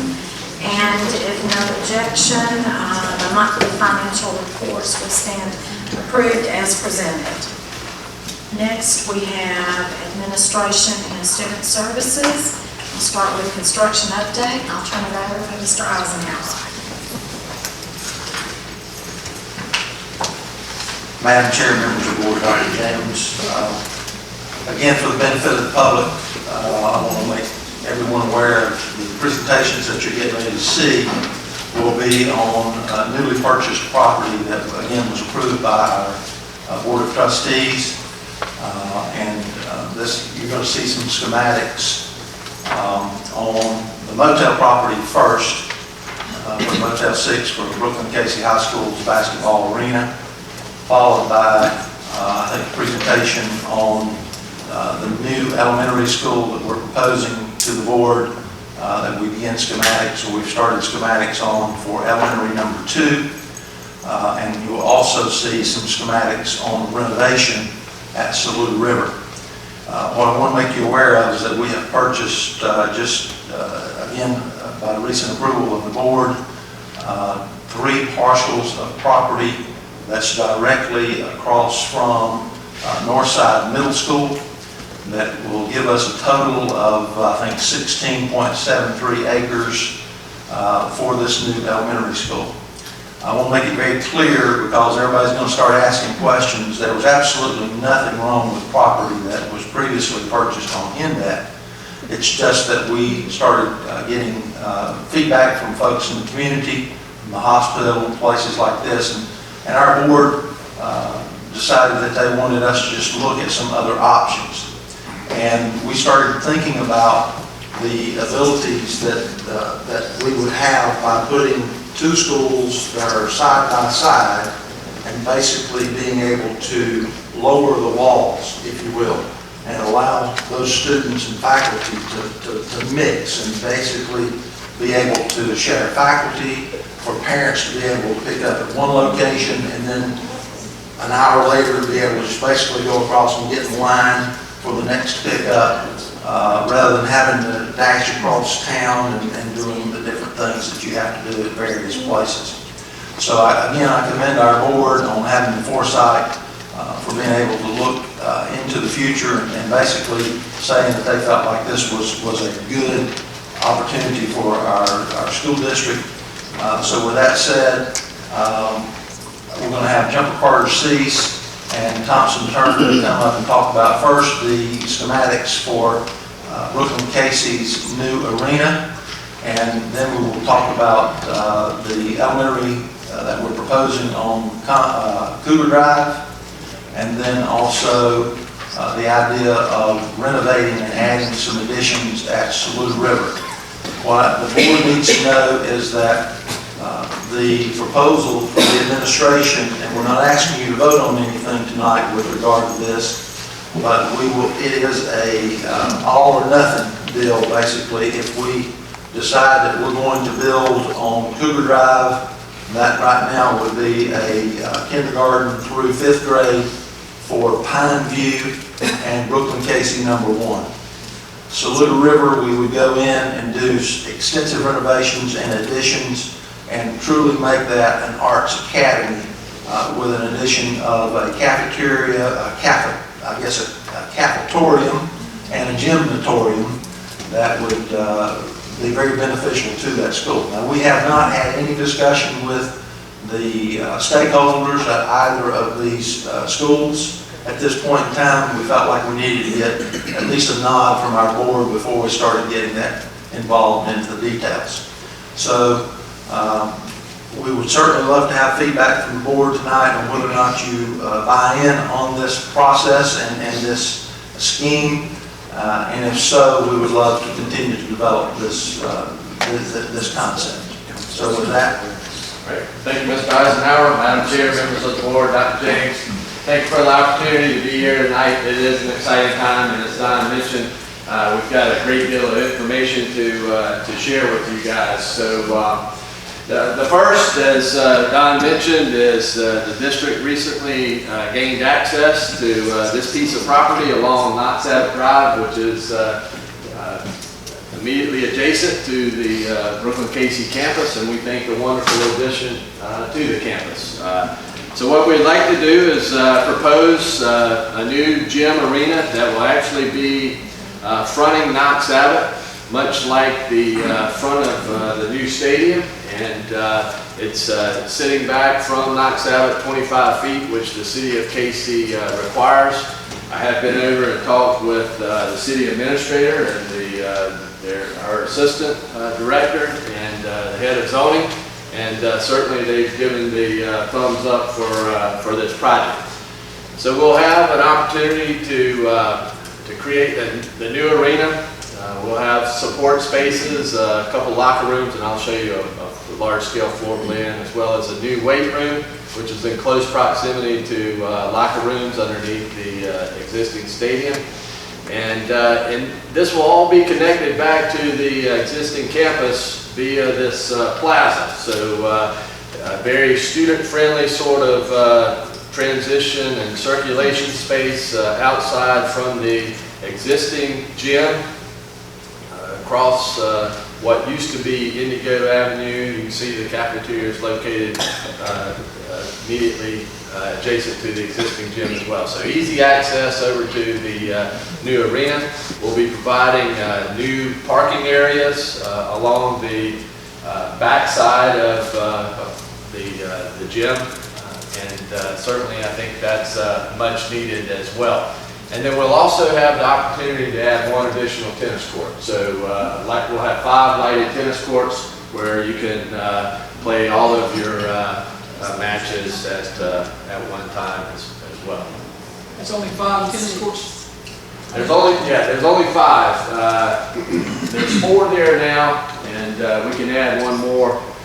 There really isn't enough room to add the 6th one, so Can't work it in because odd numbers don't help with tennis matches. well, Squeeze it in. okay. We can get the demolition out.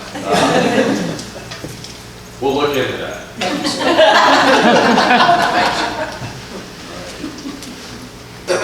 This is a floor plan of the new arena, and again, we're creating this Main Street large multi-use corridor that connects to the plaza. A large lobby on the school side, adjacent to the and easily accessible from the parking.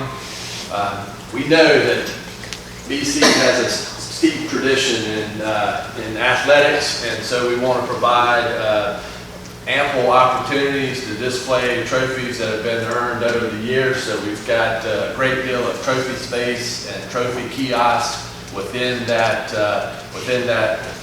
lobby space, new concession and toilet facilities for a 1,500 seat arena.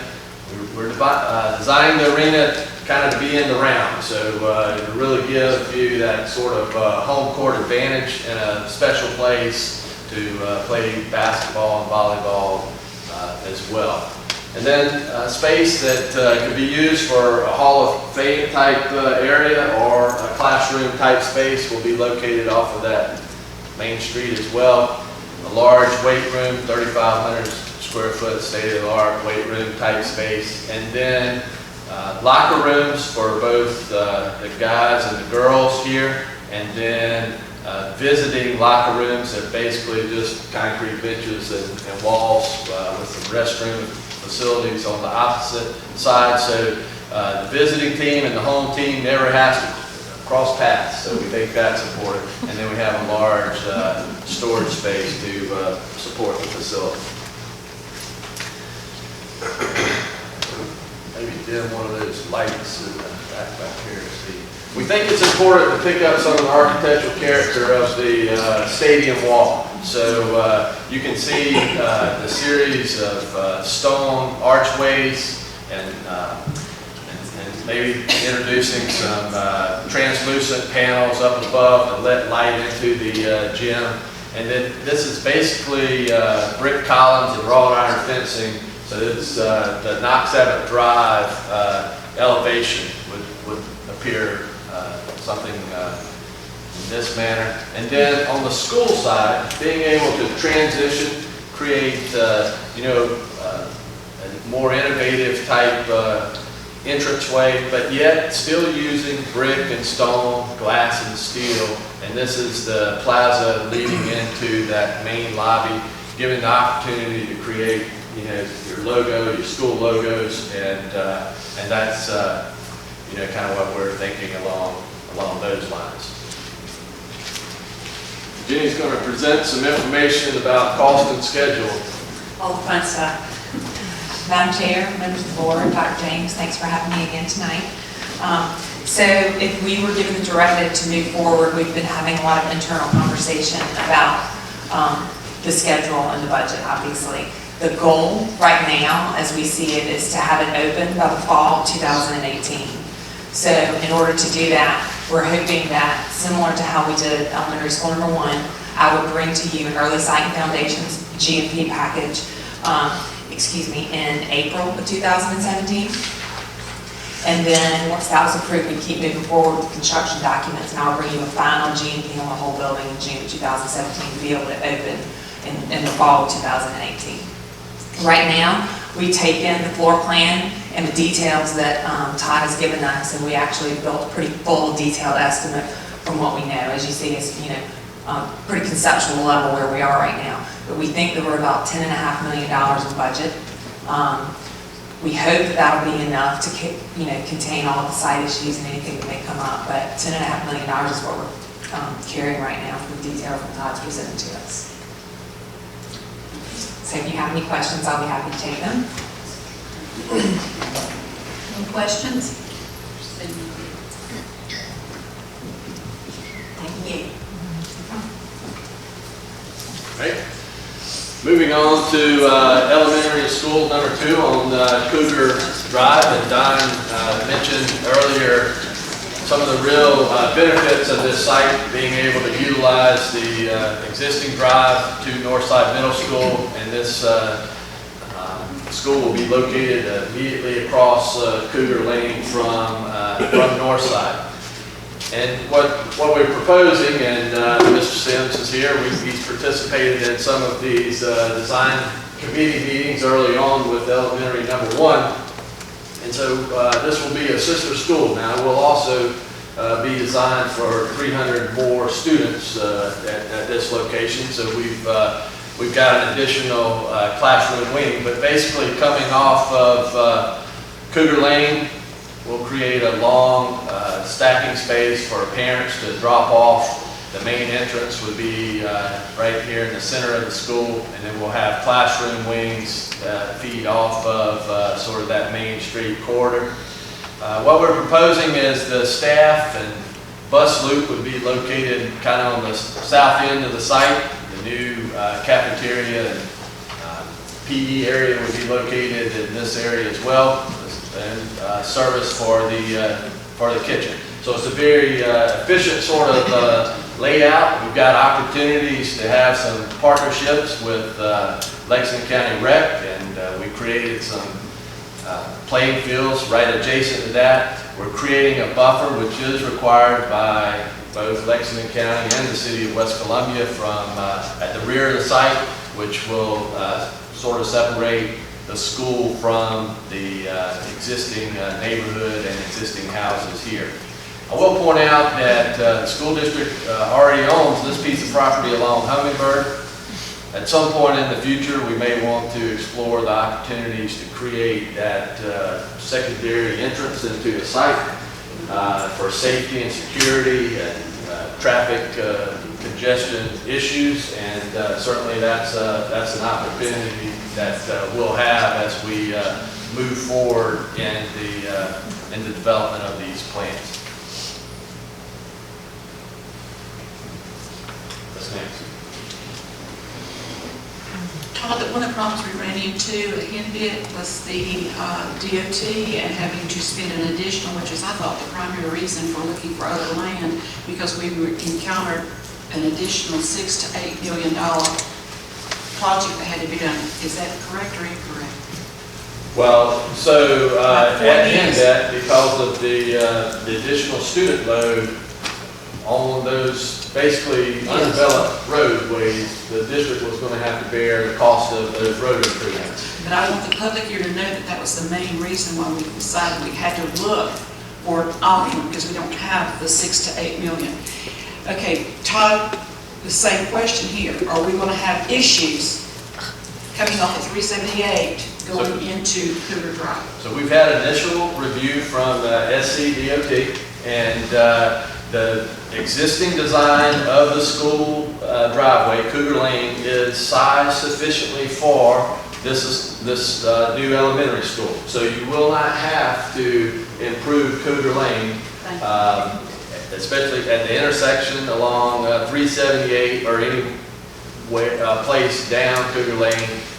We will likely widen Cougar Lane as a turnoff into the drive, but that will be relatively minor cost as associated to the project. And then also keeping in mind that the elementary school takes in and lets out an hour before the middle school, so that's important to consider as well. So that's why I think it's a good decision by the board to move forward with this new property, and the site development costs will be considerably less for this site.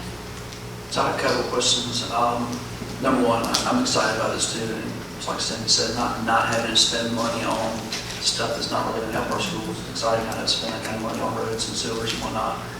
A couple of questions. Number one, I would encourage y'all to go ahead and look at accessing Hummingbird Drive. I think, if you've been at Northside, especially in the afternoons, it's stacked all the way back up into the rec fields as far as the rider pickup line. If we put more traffic, I know we stagger, but you still going to have some overlap there that can be a challenge. So I think we probably should look at exploring some Hummingbird, at least as an option for access for if it's buses or student or teacher parking and whatnot.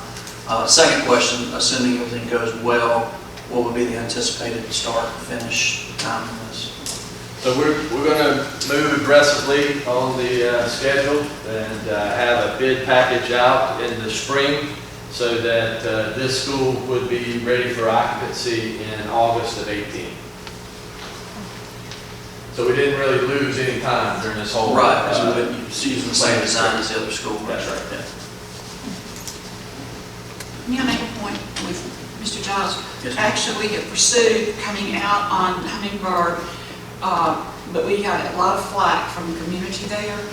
So that has been pursued. There's some demographics have changed a little bit, but we tried that before. So I just didn't want you to think it hadn't been tried, because it has. Thank you.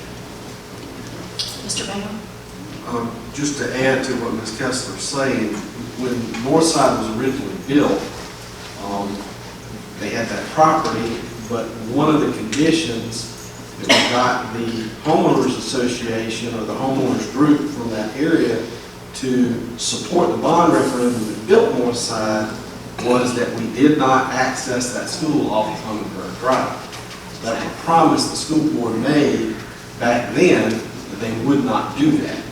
So therefore, any attempt to connect back to Hummingbird Drive could only be done with the full support of that neighborhood association, and they would agree to it. That's a good point, Bill, and I've been over and met with the folks at the City of West Columbia, and even though this piece of property is not necessarily in the City of West Columbia yet, the two pieces adjacent to Hummingbird, they are in the city. So if a driveway access is granted, it would have to go through the proper appeals board, so you'll have that opportunity. Well, but beyond the appeals board that West Columbia has, I'm just saying from a policy perspective, we need to make sure the homeowners association is on board. They're the ones that supported the bond referendum that built Northside. And so I would not want to take an action that reneged on something, even though it was promised 20 years ago. I would not want to do something that is in direct conflict with what their wishes would be with regard to that access again. Absolutely. May I bring one additional thing to mind? When we put Northside in, it changed the ground and the flow of the water under there. It did vast damages to the water line that go. Okay, this is the complaint. It may not be there, but just be prepared, because the people that are on that little lake there off of Mohawk are still upset that that water line changed. Right. You're aware of that? Right, we're very aware of that, and DHEC's been out and investigated those claims, and absolutely no additional water was added to the creek from the development of that school. So glad Mr. Moore is here, and you know, we certainly would defend that vigorously, and it has been. I understand that it's not a good situation, but it has nothing to do with Northside Middle School. And you don't perceive any problems with the... Absolutely not. There will be no more water will leave that site after development than it currently does now. And it can't go any faster, and it can't go any more concentrated form. That's right. We will have to deal with the engineering in that. Let's do it. Mr. Johns? I just got one more comment just related to the whole project. I want to publicly thank Ms. Cindy Kessler for her help with this because of some of her relationships. She made this happen, and then Don took the ball from there and got everything done. So I just want to publicly acknowledge both of y'all because I think this is a tremendous thing for our district. So I appreciate your help. We have some good people in this district. Thank you. You're very welcome. Assistant. Well, I have permission. Any more questions on this school? Jenny actually has some numbers. All right, so Don, we're going to talk about Saluda River. So as Mr. Eisenhower mentioned, this is sort of kind of goes hand in hand with the redevelopment of Saluda River. And we've got this, I think, wonderful opportunity to sort of transform Saluda River into a new state-of-the-art 21st century learning environment. So what we'd like to do is kind of share some of our ideas with the redevelopment of Saluda River Elementary School. Just to orient you, Duke Street is across the bottom of the drawing here. I think this is woodland that runs up and down the left-hand side of the drawing. What we would propose is actually building a new cafeteria and PE facility at the rear of the site with a new kitchen and one additional learning, multi-use learning type space. What this will allow is for the 3 existing portables to be eliminated, and so all of the students then will be housed in permanent constructed school facility. We'll take the, we're proposing to take down the existing round library building that has many sort of issues for current educational standards as of today. So we would we want to eliminate that. We would take the existing cafeteria and convert it into a new media center. It's got some wonderful windows, and so we can let natural light in. It's larger than what you currently have, so we think that's a nice idea. We'll create a safe and secure new front entrance. I'll show you a rendering of what we can envision that facility to look like.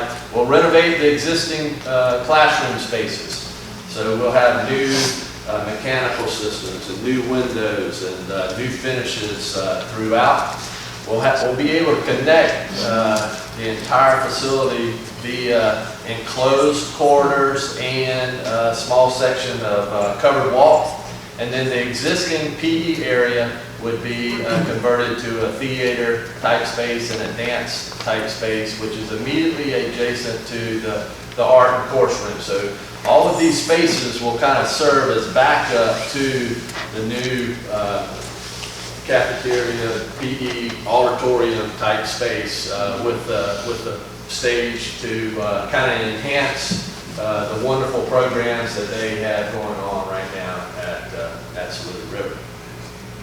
We will we'll address parking and again, we probably won't have the opportunity to have as much parking as you would at a new school, but we'll have more parking than you currently have now. We'll also address parent drop-off drives, so you'll have considerably more stacking space on site than you currently do. We'll still utilize the bus drop-off area at the front, and then you have the secondary sort of drop-off on sort of the eastern side of the school. This is sort of an aerial of how the new facility would look like, and again, we've got a new secure front entrance. got a close-up of that. You can see the new cafeteria and PE area, and again, the PE area will be basically double the size that it is now, so it meets the standards that have been, yep, so it's, I think you'll be pleased with that. It'll be right adjacent to the outdoor play fields as well. And then along the front of the school, these windows were there originally, and now that we'd like to reintroduce those, so we'll remove the existing bricked up panels and create new natural light coming into all of the classrooms. Again, I think that'll really sort of transform the feel of each classroom space. And this new secure entrance, again, sort of a light well of knowledge and sustainability, creating a new image for Saluda River. Time on it? What time? When will that be? So what our thoughts were is this renovation would take place once elementary school number 2 is completed, so that you'll have the opportunity to create a swing campus, and actually we'll work on this and move in August of 19. So it'll be, you know, every year you'll be opening up a new elementary school facility. The plan would be to use BC number 1 after we move those children out, so that our contractors can go in and just focus strictly on getting this work done and not having to worry about safety around children as much as they would if we were to try to do this work while students were on campus. So will we look at the whole school for that 1 year, calendar year? Yes, ma'am. We would move them out for the entire school year over to BC number 1. That's been done very successfully in other school districts, especially in the low country, and certainly it takes into account safety and security issues during the construction process, so we think that's a good idea.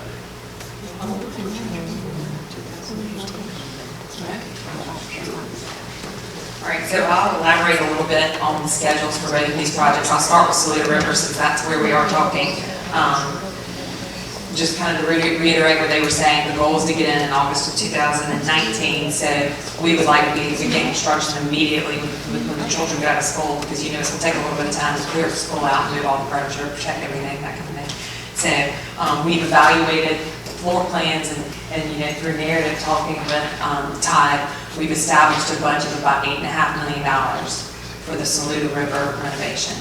So we'll work closely with Tide throughout the entire design process, as well as Mr. Eisenhower, to develop a scope that hopefully will stay in the parameters of that $8.5 million, and we'll review that with you as we develop it more, probably at the design development stage. It may be that there's some decisions that need to be made, but that's what we'll stick to for now.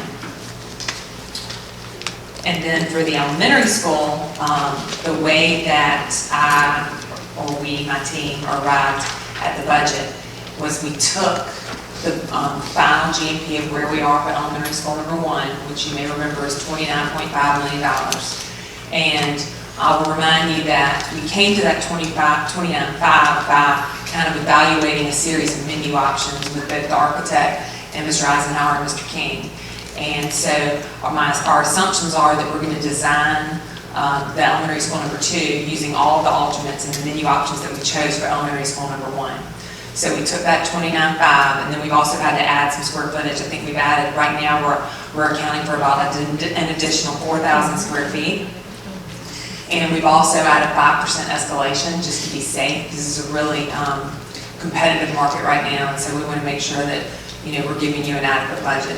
So all of those things taken into consideration, as well as, you know, the site work, we left a generous budget in there. We're hoping to stick within 31.8 is where we are right now. But I'll tell you that I hope that I'll do the same thing with elementary school number 2 as I did with number 1, working really closely with Todd and Mr. Eisenhower to, you know, make better on that. And utilize some of the subcontractors even perhaps that are on elementary school number 1 will give us even better pricing for number 2, because they know the job so well. And we'll keep you up to date with that as we go along. So in order to do that, We're already moving along. The civil engineer's working on the early site package, and we're hoping to have a complete package in early January so that I can come to you in February at your board meeting with an early site and foundation GMP, similar to what we did again with elementary school number 1. And then the goal would be to come back to you in May with the GMP for the entire building in total, with the goal of moving in August of 2018. So I think I covered it all, but if you have any questions? I think it's important for the public to know also that we're saving a lot of money by basically using the same, similar design. It's very similar. They'll all both have their own identity, but we're using the same footprint basically that we're using for elementary number 1. And again, I commend our board for having the foresight to do that and to save that money. So we're excited about the project. Thank you very much. Thank you. This is all board, I just have one question, just answer, because I just have a question. Is there no way to get Saluda River done sooner? I mean, it's if I'm adding right, it's almost 2.5 years out. I mean, there's nowhere to, I'm just asking. It would be difficult because of the amount of construction that's going to be taking place in those classrooms. We're talking about taking windows out, putting windows back in, or taking brick out, putting windows in a lot of classrooms. Also with all the demolition that's going to take place inside, basically where their kindergarten playground is right now. I mean, it would be very, very difficult and expensive because we would have to add time. And mobilizations, we can come back to it 3 different times. I mean, we could work 2 or 3 summers iteratively and work on campus, but yes, I would say that would definitely add money. That's the only way we could do it. We'd have to do it during the summertime. You would basically phase that in, like 3 summers in a row, basically. That's right. We could do, we could do 2 or 3 summers, and we could also work in an occupied campus, particularly for the addition component of it. But again, there are more considerations that you have to take in terms of protecting your students, because that's what's most important in terms of keeping them cordoned off from the actual construction. I would say that the bulk of the main building, in terms of what Mr. Eisenhower was talking about with the window replacement and work in the classrooms, would definitely have to take place during summers. But you could evaluate the option of doing the addition. Would you agree? Yeah, we can explore those, but I think Don makes a good point. Safety and security would be top priority. Additional costs would be a consideration as well, but Traffic flow, it's everything. One of the major issues would be the fact that you would have elementary age children in construction work in the same location, and that's the main thing negative about construction workers is just, that's probably not a good place for elementary kids to be at that time. Mr. Beasley? Dr. James, I think in addition to just the workers, it's the equipment itself. That you've got front end loaders and lulls and stuff backing up and little kids running around not knowing what a backup point is, and it's just a danger that would be there in that type of space and that close proximity. Right. okay. All right, thank you very much. Thank you, Todd. Okay.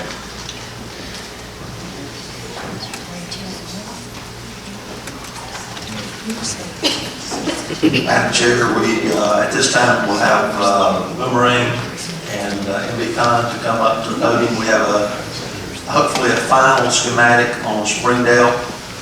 We further developed the ideas that we presented to you previously, and we've worked up an estimated budget.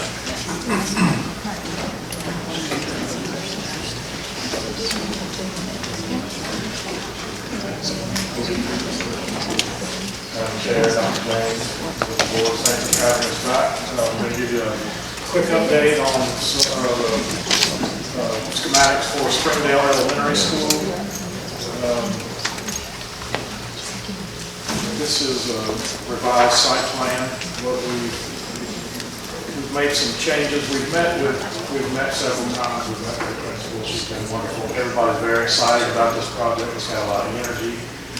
We've worked very hard since the last time we talked with you to revise some things, and just develop some things, try to define what we think the cost will be, and then also with the principal to make sure that what we're proposing, at least at this early level, is meeting the needs and the security and the safety and the things that we need at the campus. So this is a bit of a revised site plan.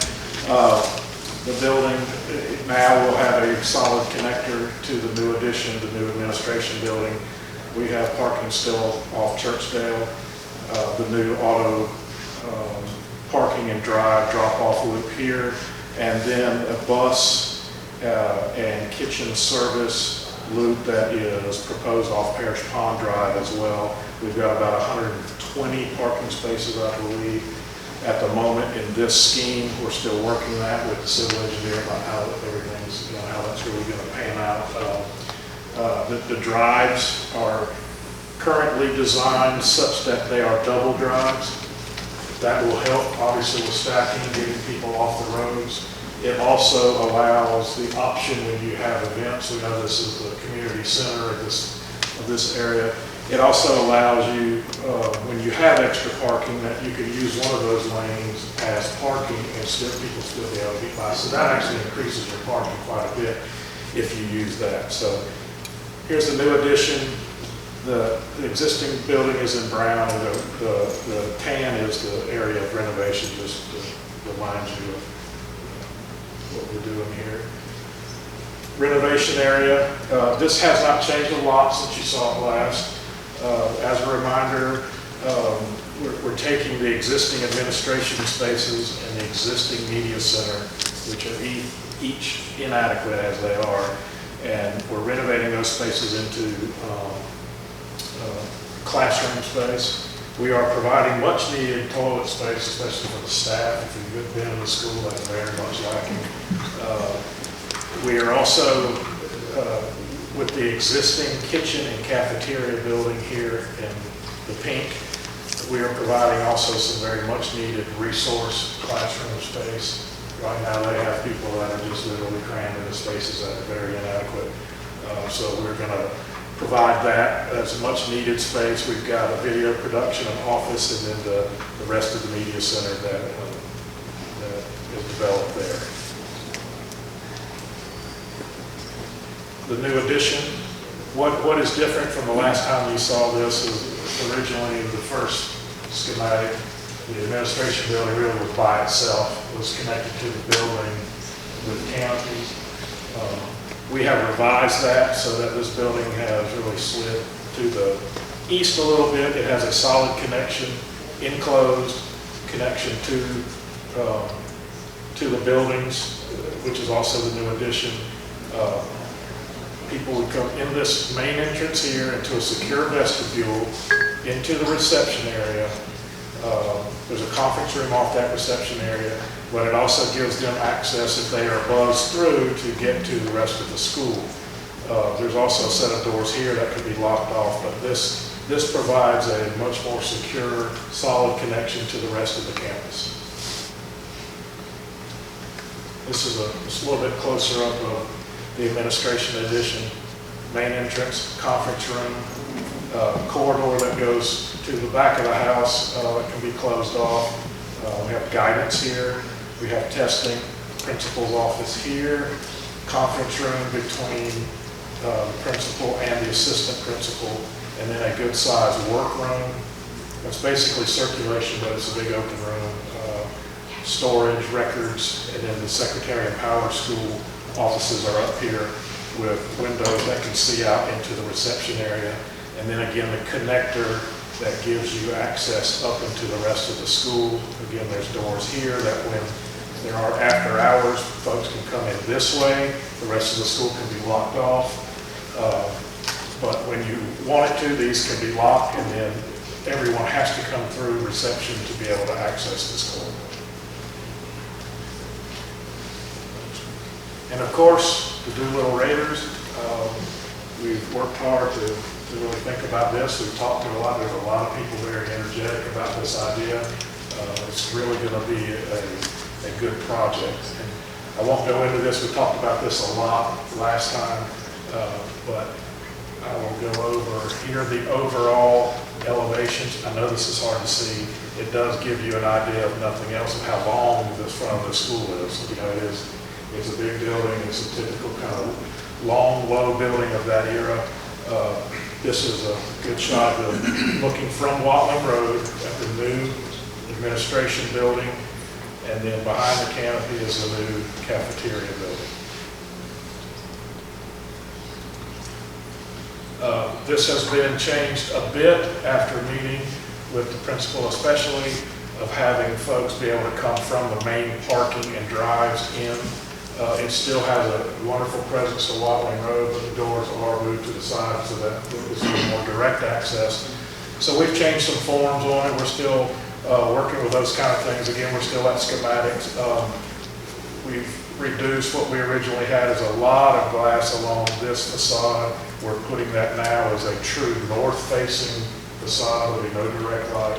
And that's into the cafeteria space. So that's going to work well, and it's also going to help us, you know, with the budget aspect of it as well. This is looking from the main parking lot back. Here's the entrance, the vestibule, and the conference room, the main area of the reception here, and then we're seeing the side again of the cafeteria, the new cafeteria kitchen addition as well, as well as the the new canopy. Here's a perspective of what we may be doing, something similar inside the reception area. It's a tall space. It's really the place to celebrate, where we're celebrating the history of the Doolittle Raiders. It's going to be a very exciting space, and there's just a lot of energy with this. People are very excited about it, so there's a lot of ideas floating around that we're still working with. But you can see the idea anyway. It's becoming a little more realistic. This is the photographs of the existing kitchen and cafeteria space. This will be the space that we renovate into the new media center. It's going to provide twice the space that you have now as a media center there. This is a really concept of looking into that space and what that may be once we do some demolition and we clear some things out. Again, keeping the theme of the Raiders and some of the historical items, this would be a great place to showcase some of the history and really celebrate, celebrate that idea. Another really important aspect of this project is not just the sort of new, shiny new pieces we're putting there, but how do you deal with the existing conditions? You know, it's an older school. This is a photograph of what's there. We do believe that fairly easily, fairly economically, we can clean that up. The idea, at least in this concept, is to really get in, clean the brick, get rid of things that are been strapped to the building for 50 years that don't need to be there, really clean it up, point it up. There's ways to properly clean masonry. It's not just a pressure wash, but there are ways to chemically and properly clean masonry that we think, we can really take advantage of here. This concept is showing, the continuation of the architectural forms of the curved eyebrows there, as well as some color to the windows and possibly, other aspects of it as well to really just clean that up. Just going in, properly painting the doors that are there would help tremendously. You get that brick pointed up, cleaned up, and then with a little bit of architectural vocabulary carried over, we really think we can do a lot with the existing facade. That's really the presentation. I'll be glad to answer any questions or go back to anything. Really what we need to do next is we need to better engage the engineers, really move into what would technically be the design development phase, so that we can really start looking at the systems and the brick and the civil. The civil aspects of this project are going to be very important with all the parking and drives and things like that. That's a critical element. And once we can engage them and really start to develop this, it's going to help us refine this and also keep us within the available funds. Glad to answer any questions you might have. Mr. Dillon, you also have Yes. presentation on numbers? Well, nervous about getting up. Last time I stood up here, Miss Cindy asked me to do 15 push-ups, so. She made it right now. James, working with Mr. Eisenhower, Madam Chair, on the board, our current budget for this is $10 million. And it's over your budget of 7.1 that you had. What we're exploring are some other concepts to bring that down. We are in schematic design. It's taken us a while to get to this point. This is something I think that the community is excited about, the board's excited about, and I'm excited about. And I think it really, James, can you go back to the existing facade? One more. That's what you have right now. And we're not just going in like we're doing at Pine Ridge and Congress Wood and doing an addition and some renovation. We're actually going in, this is plastic surgery. You know, this is getting a complete makeover inside and out. You're getting addition on the end, you're getting additional parking.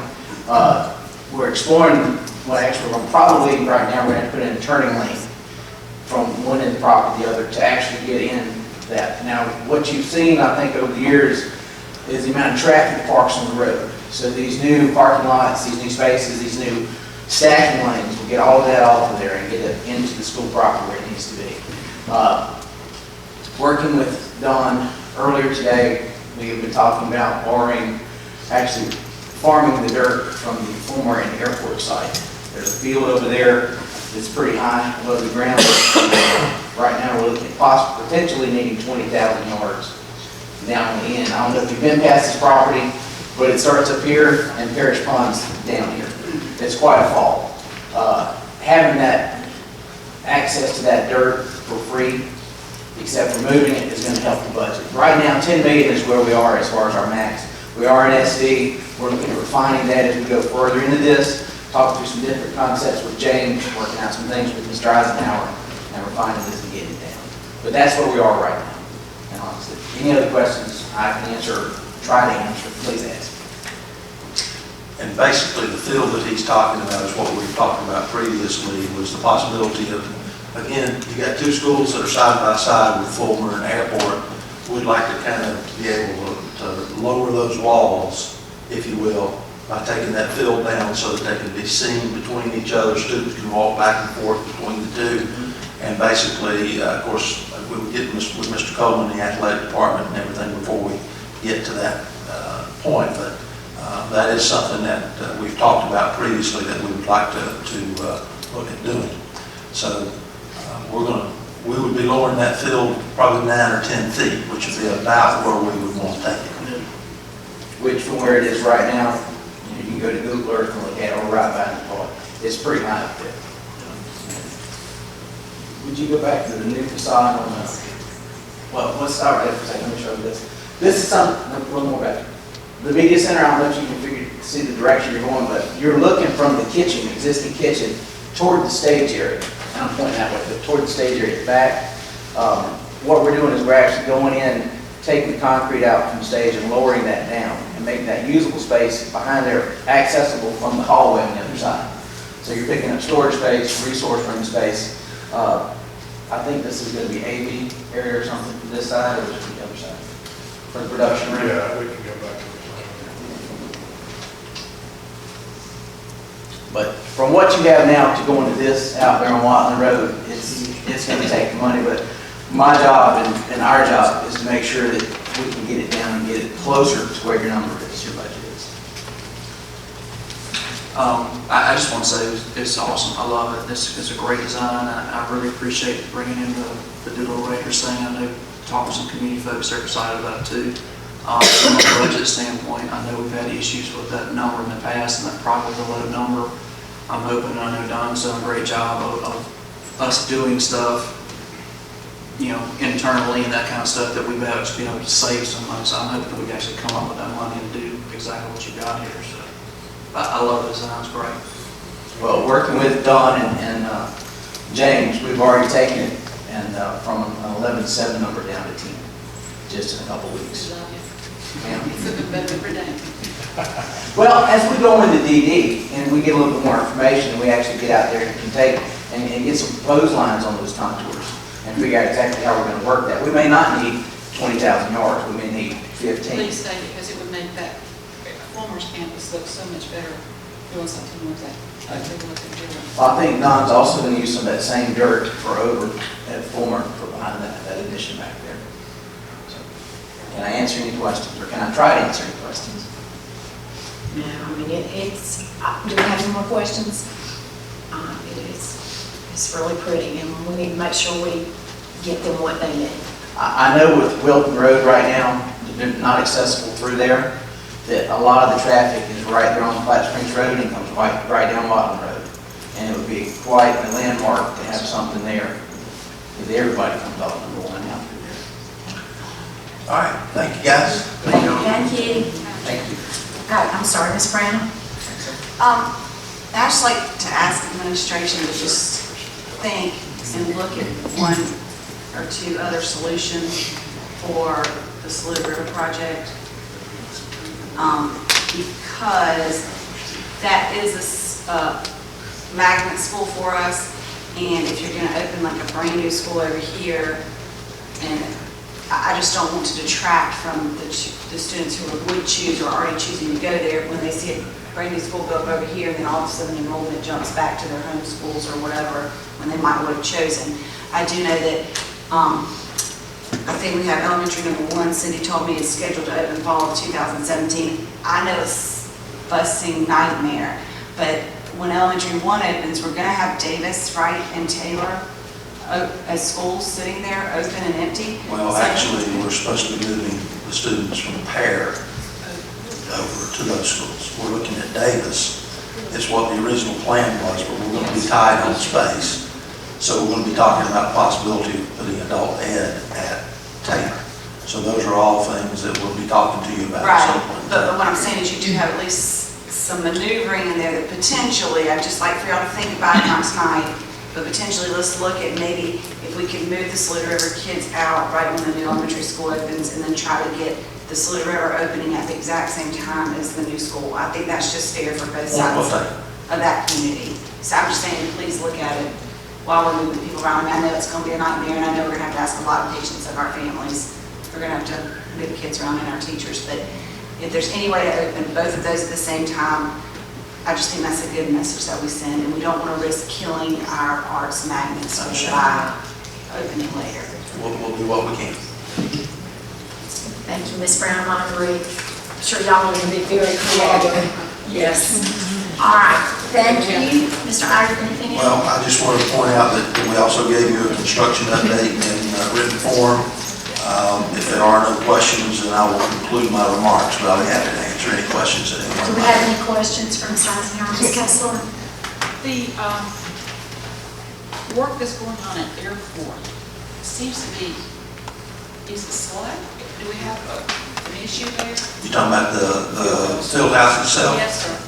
No, ma'am, it's actually going quite well. So we're on target. Yes, ma'am. The second thing is, with all these roofs that we've been repaired and have already gone for, last week during the storm, did we have any problems with any of those buildings? The new roofs that we put on? Yes, sir. Not that I'm aware of. Okay. Then, I'll take that answer. In the contracted seats that we replaced in the airport arena, we've been told that you were going to replace it with wood. No, ma'am. Someone told me that, in fact, I won't mention his name, but it's someone that should be in the know. Now, in the old gym, we're going to restore the wood that's there. We're going to go in and try to sand and put urethane on those. It was nice to see the new seats in the arena, so kudos for that. These poly plastics lockers. Yes, ma'am. Have they been proven at other locations? Yes, ma'am. So they will withstand? They're actually very, very durable in comparison to metal lockers. Metal lockers, once they get hit by a helmet or anything like that, you've got them forever. This is real thick plastic, and the color is through and through. And you know, you could certainly do some damage to them if you wanted to, but but you could come back in and you could sand and you could do some things and take a lot of that out. So, yes, ma'am, we were very impressed with what we saw. Now, there were two types that we saw, that one was beyond our reach. That's the kind that's going in at South Carolina and places like that. But we're pricing metal. The thick plastic ones are more expensive than metal, and we're hoping to be able to do that. Our coaches really liked them, and Mr. Coven went on the trip with us, and I think you guys had, I mean, you were pleased. You'd like to have them, would you not? Absolutely. The other schools in the area, Kershaw County schools, they've all gone to those types of lockers. It's been good. I just hadn't seen him and I was worried about them being firm and strong enough. The basketball courts outdoor basketball courts at Busby. Yes, Are ma'am. they still in the same location? There really aren't any there. They're basically using the parking area. We're going to construct some eventually. Okay, it just hasn't been done so far. No, ma'am, we just kind of ran out of time this summer, and we didn't want to try to do paving. We'll try to catch it at right when school's out this next school year. So that is on the to-do list? Yes, ma'am. Thank you. Question, the landscaping around the tennis courts, I know the tennis courts, are they completed now? With the exception of the work on the outside, there's still some work to be done there, but for the most part, they are, yes. Did you guys end up playing on them? Okay. The bank, are they going to do anything about that bank with the erosion problem there? Which bank? On the drive side, right behind the stadium. Where it caved in there for a little while? What happened there was that bank slid. It had a real good stand of grass on it. Yes, sir. And through all the rain that we had, it slid, so they've gone back in and repaired it. And that's probably why you're seeing that there's still some matting and stuff like that there. Thank you, sir. Thank you, Ms. Thompson. Any other questions? All right. Next, we have student athletic drug testing report. Mr. Hinton. Thank you, Madam Chair. Wait, you have to come up. You need to come back for this one. Thank you, Mr. Kent. We tested about 2 weeks ago, and everybody came out clean. I appreciate us going back to the old way. I know we're busing the kids and taking them out longer, but it's a much more, what I call, above board type testing. So, Any questions? any questions? A comment, is from a parent. She was kind of frustrated because her child's been tested multiple times. And she says, and there are people on her campus who are using it, and they're not ever getting tested. And she wanted to know if this test was truly random or it is picking the good kids. It is random. In fact, I sat down with the guy and he showed me the software that he loads the team into. It's an algorithm. Instead of just putting all the athletes together, you divide them up by team, and then it goes through and says, I'm going to pick so many from each team. She's probably participating on a very small team. She's getting picked. Her mother, she was complaining. She was getting picked more often. Ms. Kessler, I had a young man that I had at Davis Elementary get picked like 3 years in a row, and he swears his mother paid me to have his name. We have been picked on. We've been drug tested multiple times. I think everybody knows we don't. Thank you, Mr. Hinton. Next is Human Resources, and we have no report, and I'll entertain a motion for executive session. Madam Chair, I make a motion that the Board of Trustees enter closed session for consideration of personnel appointments and resignations, consideration of property matters, and consideration of 2 student expulsion cases. I have a second by Mr. Giles. We're now in executive session. We'll take a 10-minute break.